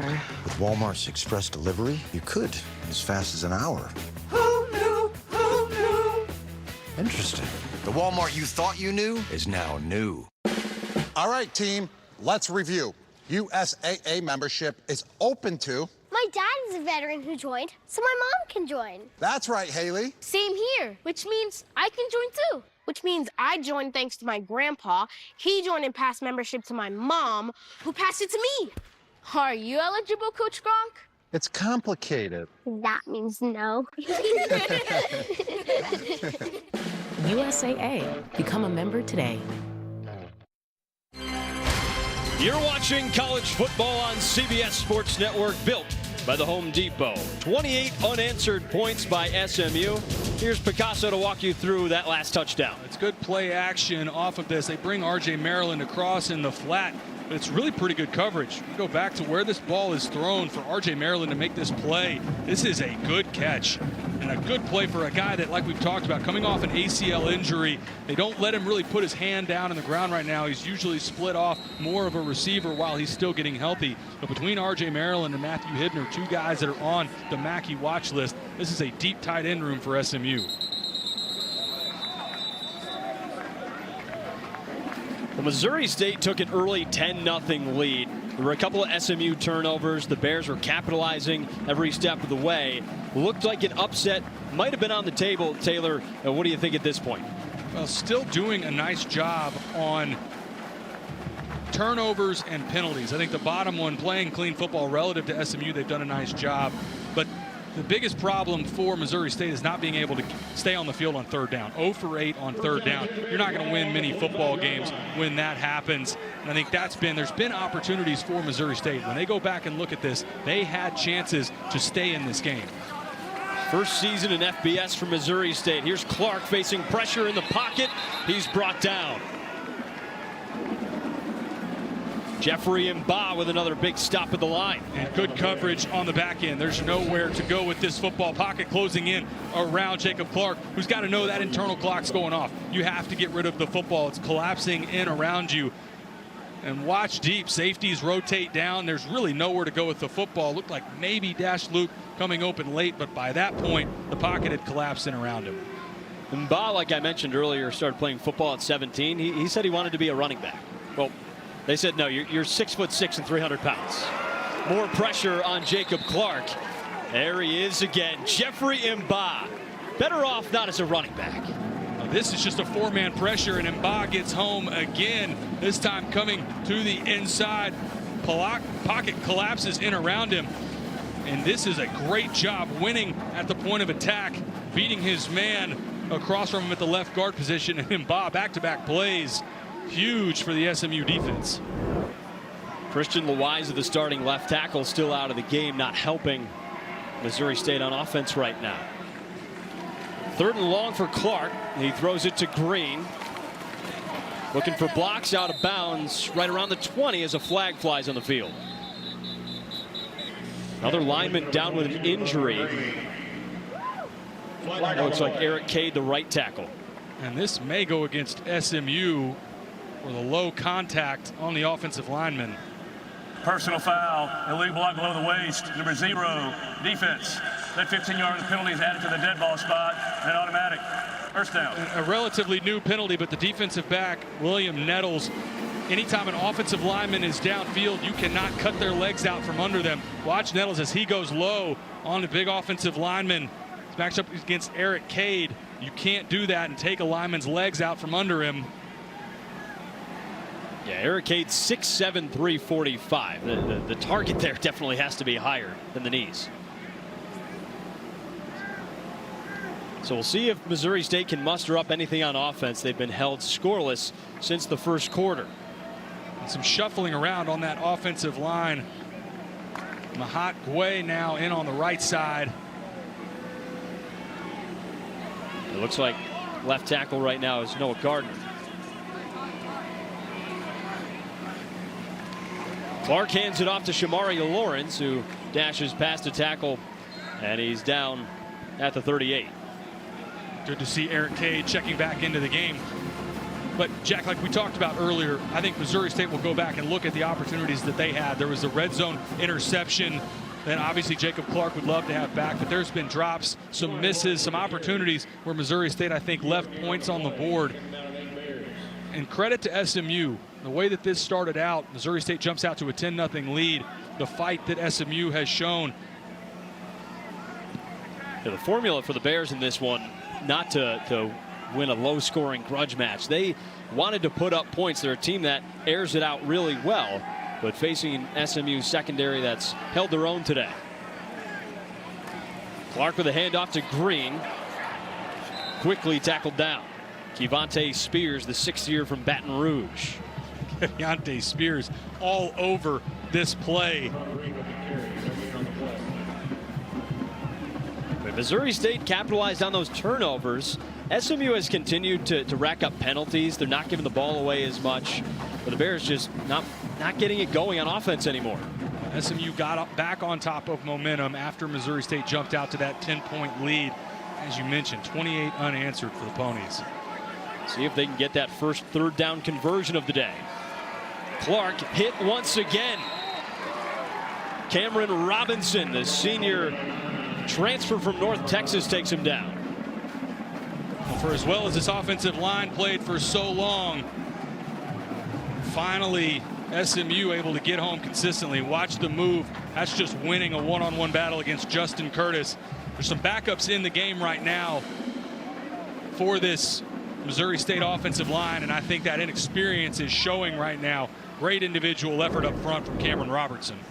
4 sacks on that possession. I mean, yes, Missouri State's had a couple injuries, but SMU finally getting what they want to do and pressure the quarterback. Amir Knight on to receive the punt. Couple of quick jukes. Flag on the field. He bursts through the 40, where he's brought down at the 41.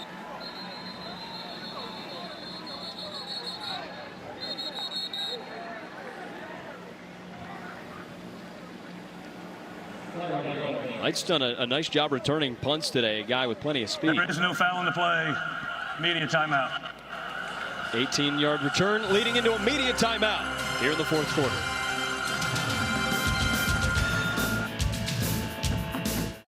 Today, let's paint with Behr. Wait, we don't have Behr. Well, what do you have? It just says ain't. I thought you said you researched this. Aren't all paints the same? No, they're not. Get the most trusted paint brand in America at an everyday low price, only at the Home Depot. Blanket fort? Dad. Ice cream. Real vanilla, grade A milk, fresh cream. The best things in life start with the simplest ingredients. What do I have today? Just that therapy appointment for inner child work at 11. Oh, it's stupid. I hate it. I just want to stay up late and hang out with my friends. So, keep it? Yeah. Smart. The new chicken and cheddar rancher is here at Firehouse Subs. Protein packed with grilled chicken breast, crispy bacon, and creamy buttermilk ranch. A trusted favorite, elevated Firehouse Subs style. I don't usually run unless there's a fire, but these boots are laced. Only at Firehouse Subs. What you looking at, babe? Cars on cars.com. What's wrong with this one? I just got promoted, so I'm looking for something more. Ciao. Ciao. 2 million cars for 2 million possibilities. Cars.com. Where to next? Behind this advisor are Vanguard's institutional quality bond funds, powered by a deep bench of experts who have outperformed peers over the last 10 years. Are you backed by institutional quality bond funds? Vanguard, discipline that delivers.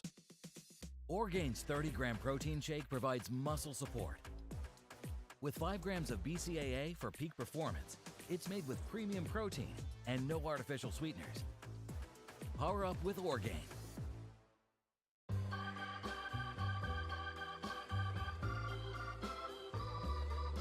That's life.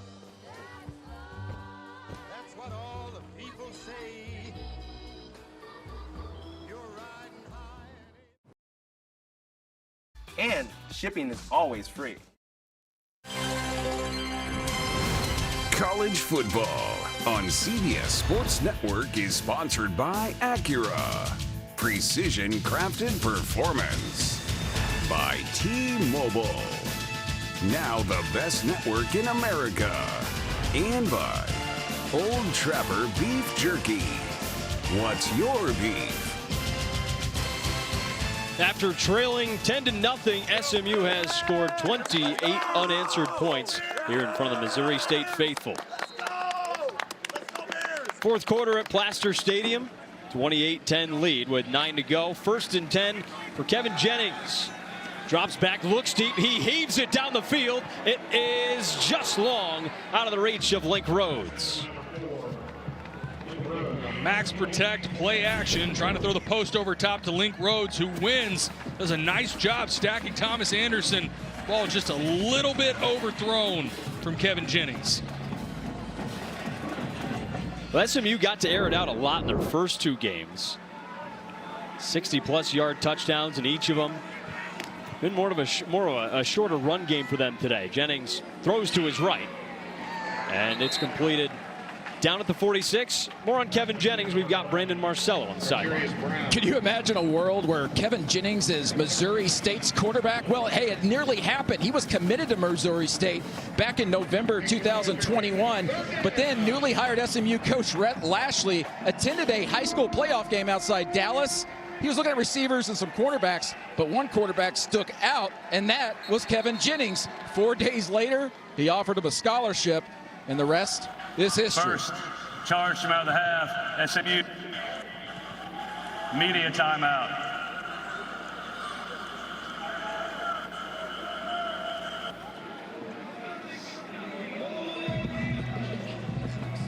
Third and 5 for SMU coming up. We'll be back after the break.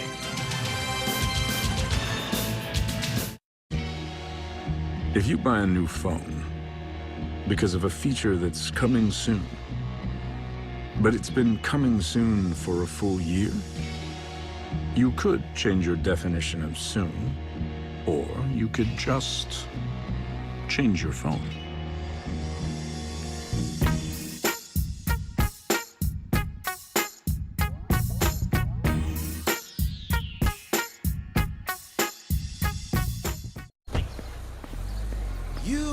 got the magic touch.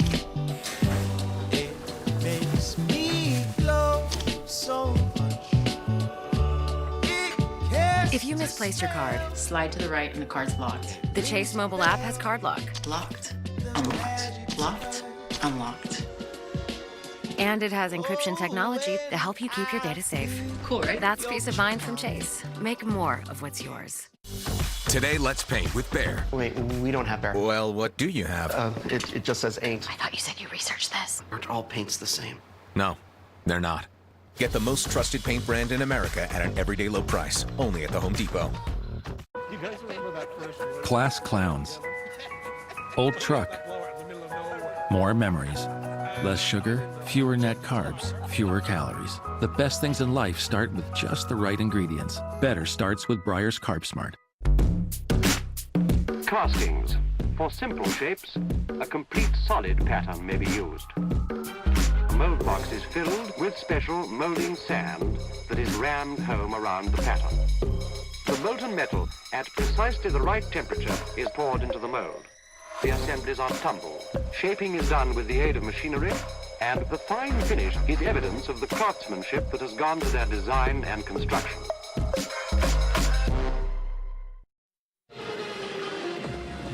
Back in Springfield, where SMU has pulled away from Missouri State in the fourth quarter, and big reason why is our player of the game, brought to you by Old Trapper Beef Jerky. It's TJ Harden. A slow start running the football for SMU, but TJ Harden poured it on as the game went along. I thought this was the play of the game, showing physicality at the line of scrimmage.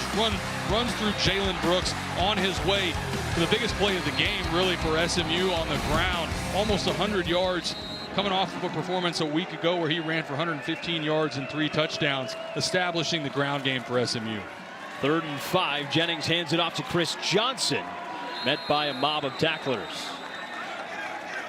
4th down coming up for the Mustangs. Going back to that story from Brandon, really, I loved hearing not only Rhett Lashley, but also offensive coordinator Casey Woods talking about they got the job. It was towards the end of December, late in the playoffs in Texas high school football. There was almost no one in the building, and they said, look, we're just going to go watch this playoff game. They had some other guys they were evaluating, and they get to the game, and they can't take their eyes off of Kevin Jennings. He's making big 3rd down conversions. He's in total command of the offense. And they said, what are we doing? Whoever else we came here to see doesn't matter. This kid? We need to offer that guy. Well, it worked out well. I mean, it's really sparked the recruiting in the Dallas area. When the quarterback and the star of your program is from the Dallas inner city, it's helped them out a lot. Marketing the team, branding, recruiting. Back-to-back 11-win seasons for them. They've built on it really strongly, and Jennings is such a big reason why. Take a look at that first quarter, 15 yards on the ground. SMU was stuck in the mud, the penalties, the turnovers. Since then, 142 yards on the ground. Credit to that offensive line. Now working through some injuries. P.J. Williams a little banged up, but I think they clearly, in the 2nd and 3rd quarter, and from the 2nd quarter on, decided we're going to try and be physical. We're going to lean on this offensive line and impose our will against a front that they knew they were more talented than in Missouri State. It just took a little time to get going on that offensive line. Is that a relief feeling at quarterback when your run game gets going? Well, there's no question, because especially it's when you get to those 2nd and short and 3rd and short opportunities, you feel a lot better as a play caller and a quarterback. Clark throws over the middle to Makai Cope on the first play. Close to the 1st down. They mark him right at the 30. Should be good for a 1st.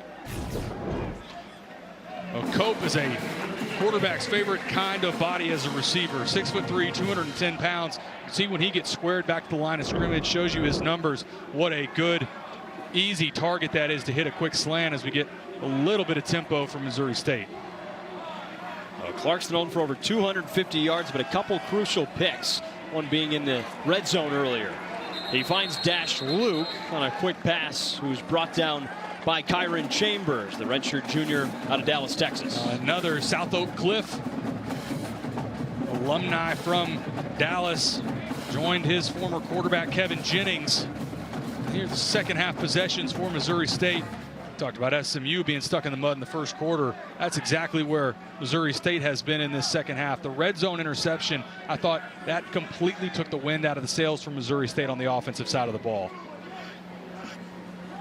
2nd and 11 for Clark. He takes a hit as he throws, and it's incomplete. He got hit hard here, and he pops right back up. I mean, the epitome of an Iron Man. Missouri State has put up such a fight today, and their quarterback has shown so much grit. Extremely tough, but also needs to know where he's hot and when he's not going to be protected. Brandon Booker is unblocked, and that's happened a couple times tonight where Jacob Clark just go by the numbers. They bring 6 or 7, and your running back doesn't stay in. You've got to have that internal clock to get rid of the football. Clark, the 7th year, grew up in Kansas City, played his high school ball at Rockwall, Texas. Was one of the top-ranked recruits in the country, a 4-star, 13th-ranked pro-style quarterback, committed to Minnesota. Incomplete here, looking for Tristan Gardner. Battled through some injuries, wasn't getting playing time. Went in the transfer portal, has found a home here in Missouri State. And although they haven't been able to get it going on offense since the first quarter, you know, he is the face of the program. Number 19, Missouri State is now wearing number 92. But a good effort from Missouri State in this game. And I think this is a team, again, making the transition up to FBS. They're not eligible for the postseason this year. But I think in their first year at the FBS level and in Conference USA, this will be a team. Last week against Marshall on the road, that's not going to end up being the first win they have this season. I think they're going to make some noise in Conference USA this year. They were one of the top FCS teams last year in the Missouri Valley Football Conference, which, you know, people call the SEC of the FCS. 28-10 SMU lead. Here's Brandon Marcello on the sideline. Guys, a lot of conversations about NIL and the future of college sports. Well, listen, the House settlement, a lot of pressure there to try and codify that in Washington, D.C. House Republicans were expecting it to go to vote next week. Well, that's not going to happen, and maybe not even this month, according to my sourcing. Some Republicans stepping back on it, wanting to see if they can maybe add some other different things in there, including tweaking the Sports Broadcasting Act, which is a whole other thing upon itself. Simple as this. It is very, very complicated. Might not get an answer by the end of the year. And the college football playoff, big meeting coming up September 24th, the first in-person one since June. There hasn't been a lot of movement, even behind the scenes, which means it's getting more and more likely we do not expand the playoff and we stick with 12 teams, according to people that I've been talking to high in the industry. Well, thanks, Brandon. I mean, SMU made that 12-team playoff last year. Was really a big culmination of what they had been doing as a program since Rhett Lashley got here 4 years ago. They've built such a good group with recruiting in high school and the transfer portal. They've done a good job to revitalize this program. And if you're an SMU fan wondering why Kevin Jennings is still in the game, Tyler Van Dyke still not medically cleared, and Ty Hawkins, the true freshman, a guy that they think will play some this year, but trying to salvage his red shirt if they can. So don't be surprised if Kevin Jennings plays the full 4 quarters. And off to Dremeco Green. Probably going to see a lot in the run game to make sure Jennings doesn't get hit. But, I mean, how about the quarterback room of this team? You've got Kevin Jennings, a redshirt junior. Ty Hawkins, freshman, who they said has extreme ability. Tyler Van Dyke, a 6th year. The quarterback coach, De'Eric King, who coached with Lashley at Miami. Van Dyke was one of his backups. They've got just such a strong nucleus of QBs. We asked Kevin Jennings about that. He said, look, it's an awesome room. I feel like there's knowledge everywhere, not just from my quarterback coach and from my head coach, but also somebody in the room and a player in Tyler Van Dyke. Another handoff to Green. He gets the first down and a few more. Well, the SMU offense has really picked it up thanks to the run game. Their offensive line started to finally be the ones pushing forward, helped them to run over 160 yards. It's been a somewhat tight game today, and it doesn't get a ton easier with TCU coming up. I think if you're Rhett Lashley, obviously excited that it looks like they would get out of here with a win, but you got a lot of tape that you're going to want to clean up, because next week that road trip to TCU, and Josh Hoover, quarterback for TCU, will certainly have their attention set on the Horned Frogs. Jennings completes a pass to Green on his right, who tipped it to himself. I mean, think about this new 12-team format. They've already lost a game to Baylor. They've got Miami. They've got Louisville. Some tough opponents. Clemson coming up. There's not much room for error or really another regular season loss at all. But sometimes these games where you play sloppy on the road, they clearly were not ready to play early in this game, but it's all about finding a way to win and survive and advance in college football, and they did that. All of their dreams and goals in ACC play are still out there. Jennings to throw here. Flag down on the field as he heaves it down the right sideline. The penalty on Ryan Williams coming up. Offside, number 98, defense in the neutral zone at the snap. 5-yard penalty, still second down. They get Desmond Barnes on this offensive line. That's the second time they've done that this year. Let me tell you something. Great job by Kevin Jennings getting rid of the football, because when no one's blocking, get it out of your hand. I mean, this happened against East Texas A&M. They said it was something they practice. Jennings said, I don't need to get hit here. Another whistle down on the field with 2nd and 7 coming up. Would the game clock operator please reset the game clock to 3 minutes, 39 seconds. 339, please. And the game clock will start on the snap. Thank you. Oh, for more on what we just saw in that O-line formation, here's Brandon Marcello. If that looked familiar to you with the offensive lineman decided not to move there, well, it does, because that comes straight from Rhett Lashley's protege, Gus Malzahn. You'll see it 2 or 3 times during a season. Those offensive linemen have to be very disciplined when they see that flag thrown, not to move to see if they get a big play downfield. Well, here's yet another flag. Well, this was the formation where they snapped the ball and the O-lineman didn't move. Jennings tossed it down the sideline. Personal foul, illegal hands to the face, number 55. Defense, that 15-yard penalty is added to the end of the run, and an automatic first down. Well, that penalty's on Ahmad Poole, the junior from Danville, Virginia, who's coming from Division II Virginia State. 18 combined penalties in this game. Sloppy football when you factor in the turnovers. Both sides, SMU and Missouri State, there's going to be a lot to clean up in film tomorrow. You know, for SMU, who has its eyes on the playoff, is that rule number 1, you think, going forward, clean up penalties and turnovers?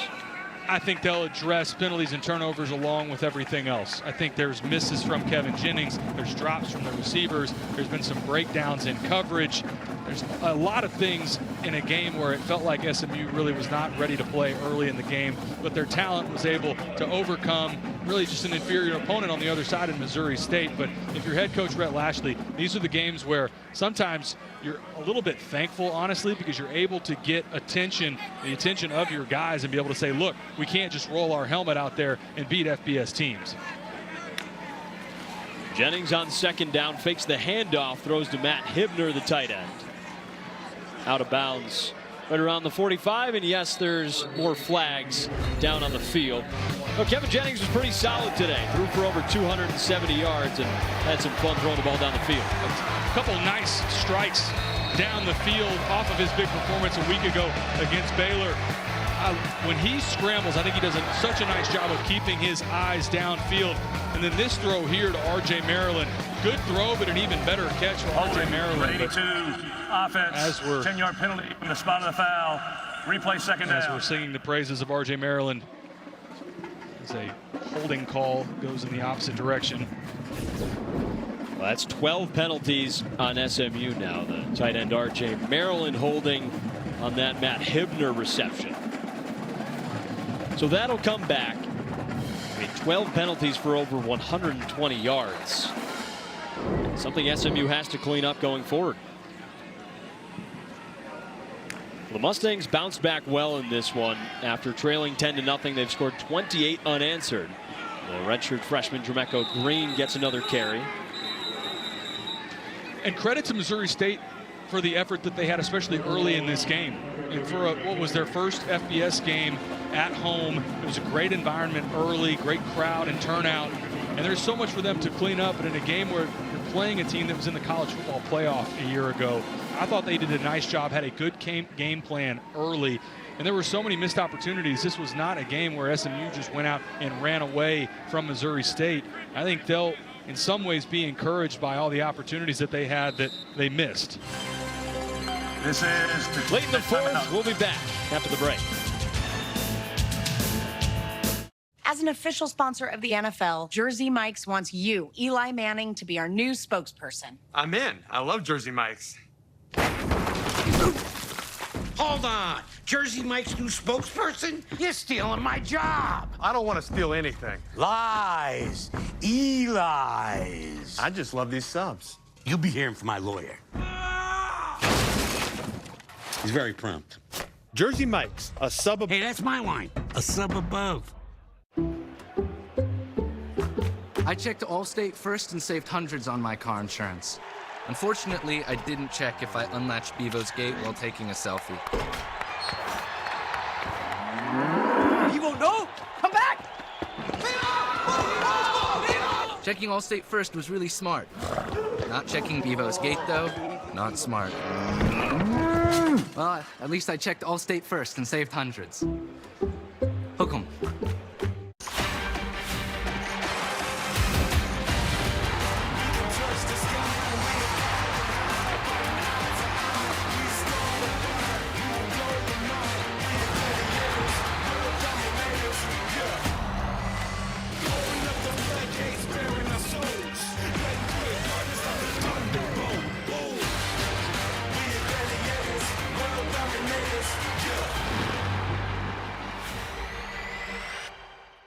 Old Trapper Beefs. Pack smash. My peanut butter and jelly. Ew. Oh, no.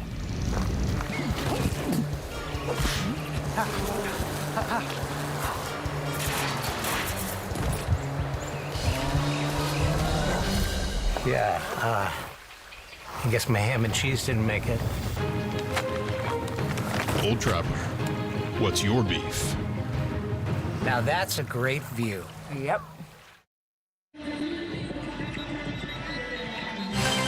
Coming up next on CBS Sports Network, head into the studio as our Inside College Football crew breaks down today's action from the gridiron. Huge news from around the nation. Georgia Tech upsetting number 12 Clemson. Has some implications for ACC's SMU. Also, Georgia trailing Tennessee 38-30 right now. I think the more we see out of the ACC, the more it feels like Miami is the class of that league. It's a little bit of a surprise in that Georgia-Tennessee game, man. What a battle in Knoxville. That's it. 38-30 right now. Shootout. 3rd and 12 for Jennings, rolling right, and he's taken down. Jared Bird Lloyd on for the sack. Jennings a little slow to get up. Jared Lloyd, this is a nice job in pursuit. Take a look at the last second as Jennings immediately reaches down on that left leg. The way that they're stretching out the calf, I don't want to speculate too much, but trainers immediately coming out, trying to stretch out the calf. You hope that that's just a cramp. Now, I know it was 3rd and long, but with an 18-point lead, don't you think running the ball Missouri saves State your quarterback there? is elected not to take the 10-second runoff. Game clock will start on the snap. Yeah, I think for Jennings, like we talked about earlier, Ty Hawkins, really the backup right now, while Tyler Van Dyke is still not medically cleared, trying to salvage his red shirt. I agree with you, though, Jack. I think at this point in the game, you probably just want to get out of here, run the football. There's no sense, and even if you pick up this 3rd down, it really has no impact on the game. But good to see Jennings pop back up. He's kind of hobbling away, but you hope that that's just a cramp that he's dealing with. Well, what's interesting is that Hawkins can still play up to 4 games without burning that red shirt. He has a package in this offense that when they told us that he had this package, and he does have those 4 games during the regular season, I think that's probably something that they're going to try and hold for ACC games. Well, SMU will punt away. Missouri State, another offensive possession, trailing by 18 with about a minute and a half to go. Wade McSparron, the Australian punter, on. And Dash Luke out of bounds. Still a ton to look forward to for Missouri State. Here's Brandon Marcello on the sideline. I'm not sure there's a team in college football where the 3 top coaches are all related, and that's thanks to Bobby Petrino, the former head coach here at Missouri State. When he went to Arkansas, he handed the keys of the kingdom over to Ryan Beard, who just so happens to be his son-in-law. He also has another son-in-law on the team. That's defensive coordinator L.D. Scott. And, of course, the offensive coordinator is Nick Petrino, Bobby's son. In total, there are 6 coaches on this team that have either played or coached for Bobby Petrino. Petrino's fingerprints still all over this program. Is it fair to assume they're talking football at the Thanksgiving dinner table? I don't think there's any question. I don't know that you have a choice to talk anything other than ball in the Petrino family. So Ryan's married to Bobby's daughter, Katie. Ryan succeeded Bobby Petrino a couple years ago as the head coach. And, you still see Petrino's offense at play here with his son, Nick Petrino, running it methodical. They like to throw the ball. Just didn't pan out late in this game. 2nd and 7 for Missouri State after the completion to Reggie Branch. Clark looks to throw. He's got a man down the sideline. James Blackstrain, his 2nd catch of the day. Missouri State happy to have Blackstrain back. I thought he may have stepped out of bounds along the sideline before coming back in, but a good throw and on time and accurate. Take a look. Does he step out of bounds, kind of tight-roping that sideline, but a good play from Blackstrain. Well, Blackstrain was supposed to play a bigger role in this offense, but coming off a hand injury, this is just his first game. It's a guy who was a former 4-star recruit, top 300 in the rankings, and a highly touted wide receiver. Went to Georgia Tech, didn't get to play a ton, so might get factored in to this Missouri State's offense.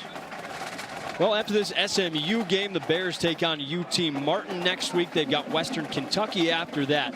There's really a chance they've shown they could be middle of the pack or even better in Conference USA. There's no question. And if you asked them at the start of the season, you're going to be 1-2 coming out of your non-conference games in which you had to go to USC and host a former playoff team in SMU. But you get a win over Marshall. I don't think there's any question that Ryan Beard would say, absolutely, we will take that. Now, they've looked impressive. First FBS home game. They've got their first FBS win last week against Marshall. They've attributed, this success to just the people in the room. There aren't a ton of resources for Missouri State football, but with Ryan Beard and this staff, they've kept a tight-knit group with tough players. I think what you saw today is there is a belief in the building and what they're doing. And I think a lot of that starts with having a veteran quarterback in Jacob Clark. And that's clearly a guy that everyone looks to. He's got a ton of belief. And I think as long as they can keep him healthy this season, they will win some games in Conference USA. 8-4 last season. Their final year in FCS. Couldn't compete in the playoffs because of the 2-year ineligibility rule. And this ball was batted down. It looks like it was picked off. The field is an interception. William Nettles with the pick. SMU.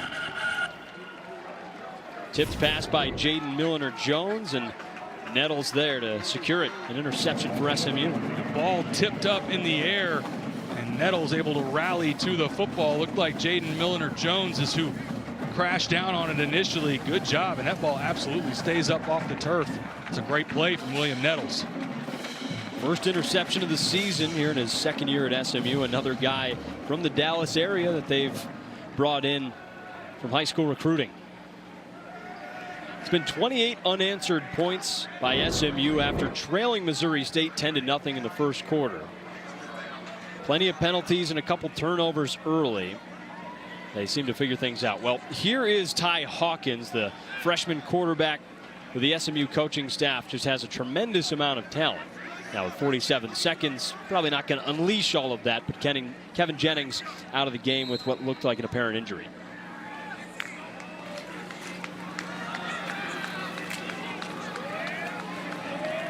Hand off to make it 2nd and short.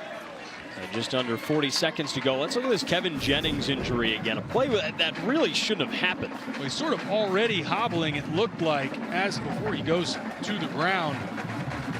Again, if you're an SMU fan, you're going to stay positive and hope that it's just a cramp. Looks like he's drinking pickle juice on the sideline. Telltale sign that it was just a cramp. And Missouri State elects to not use any of the timeouts.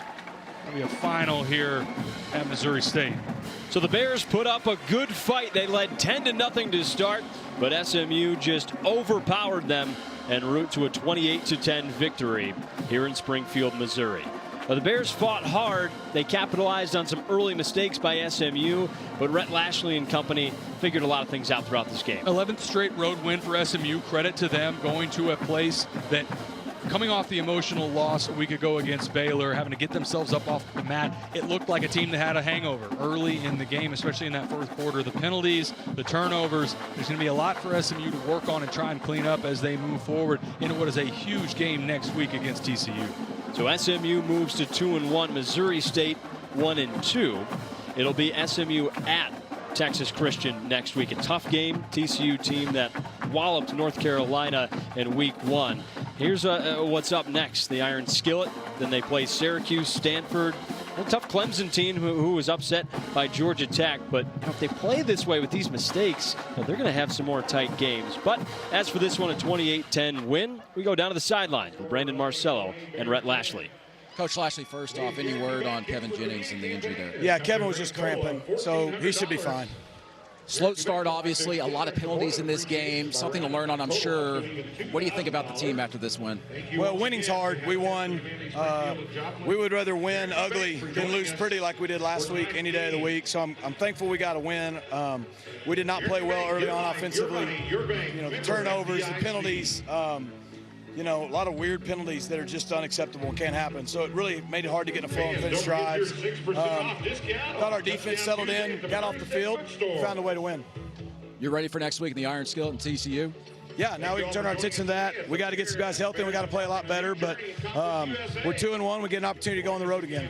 Thanks, Coach. Congratulations.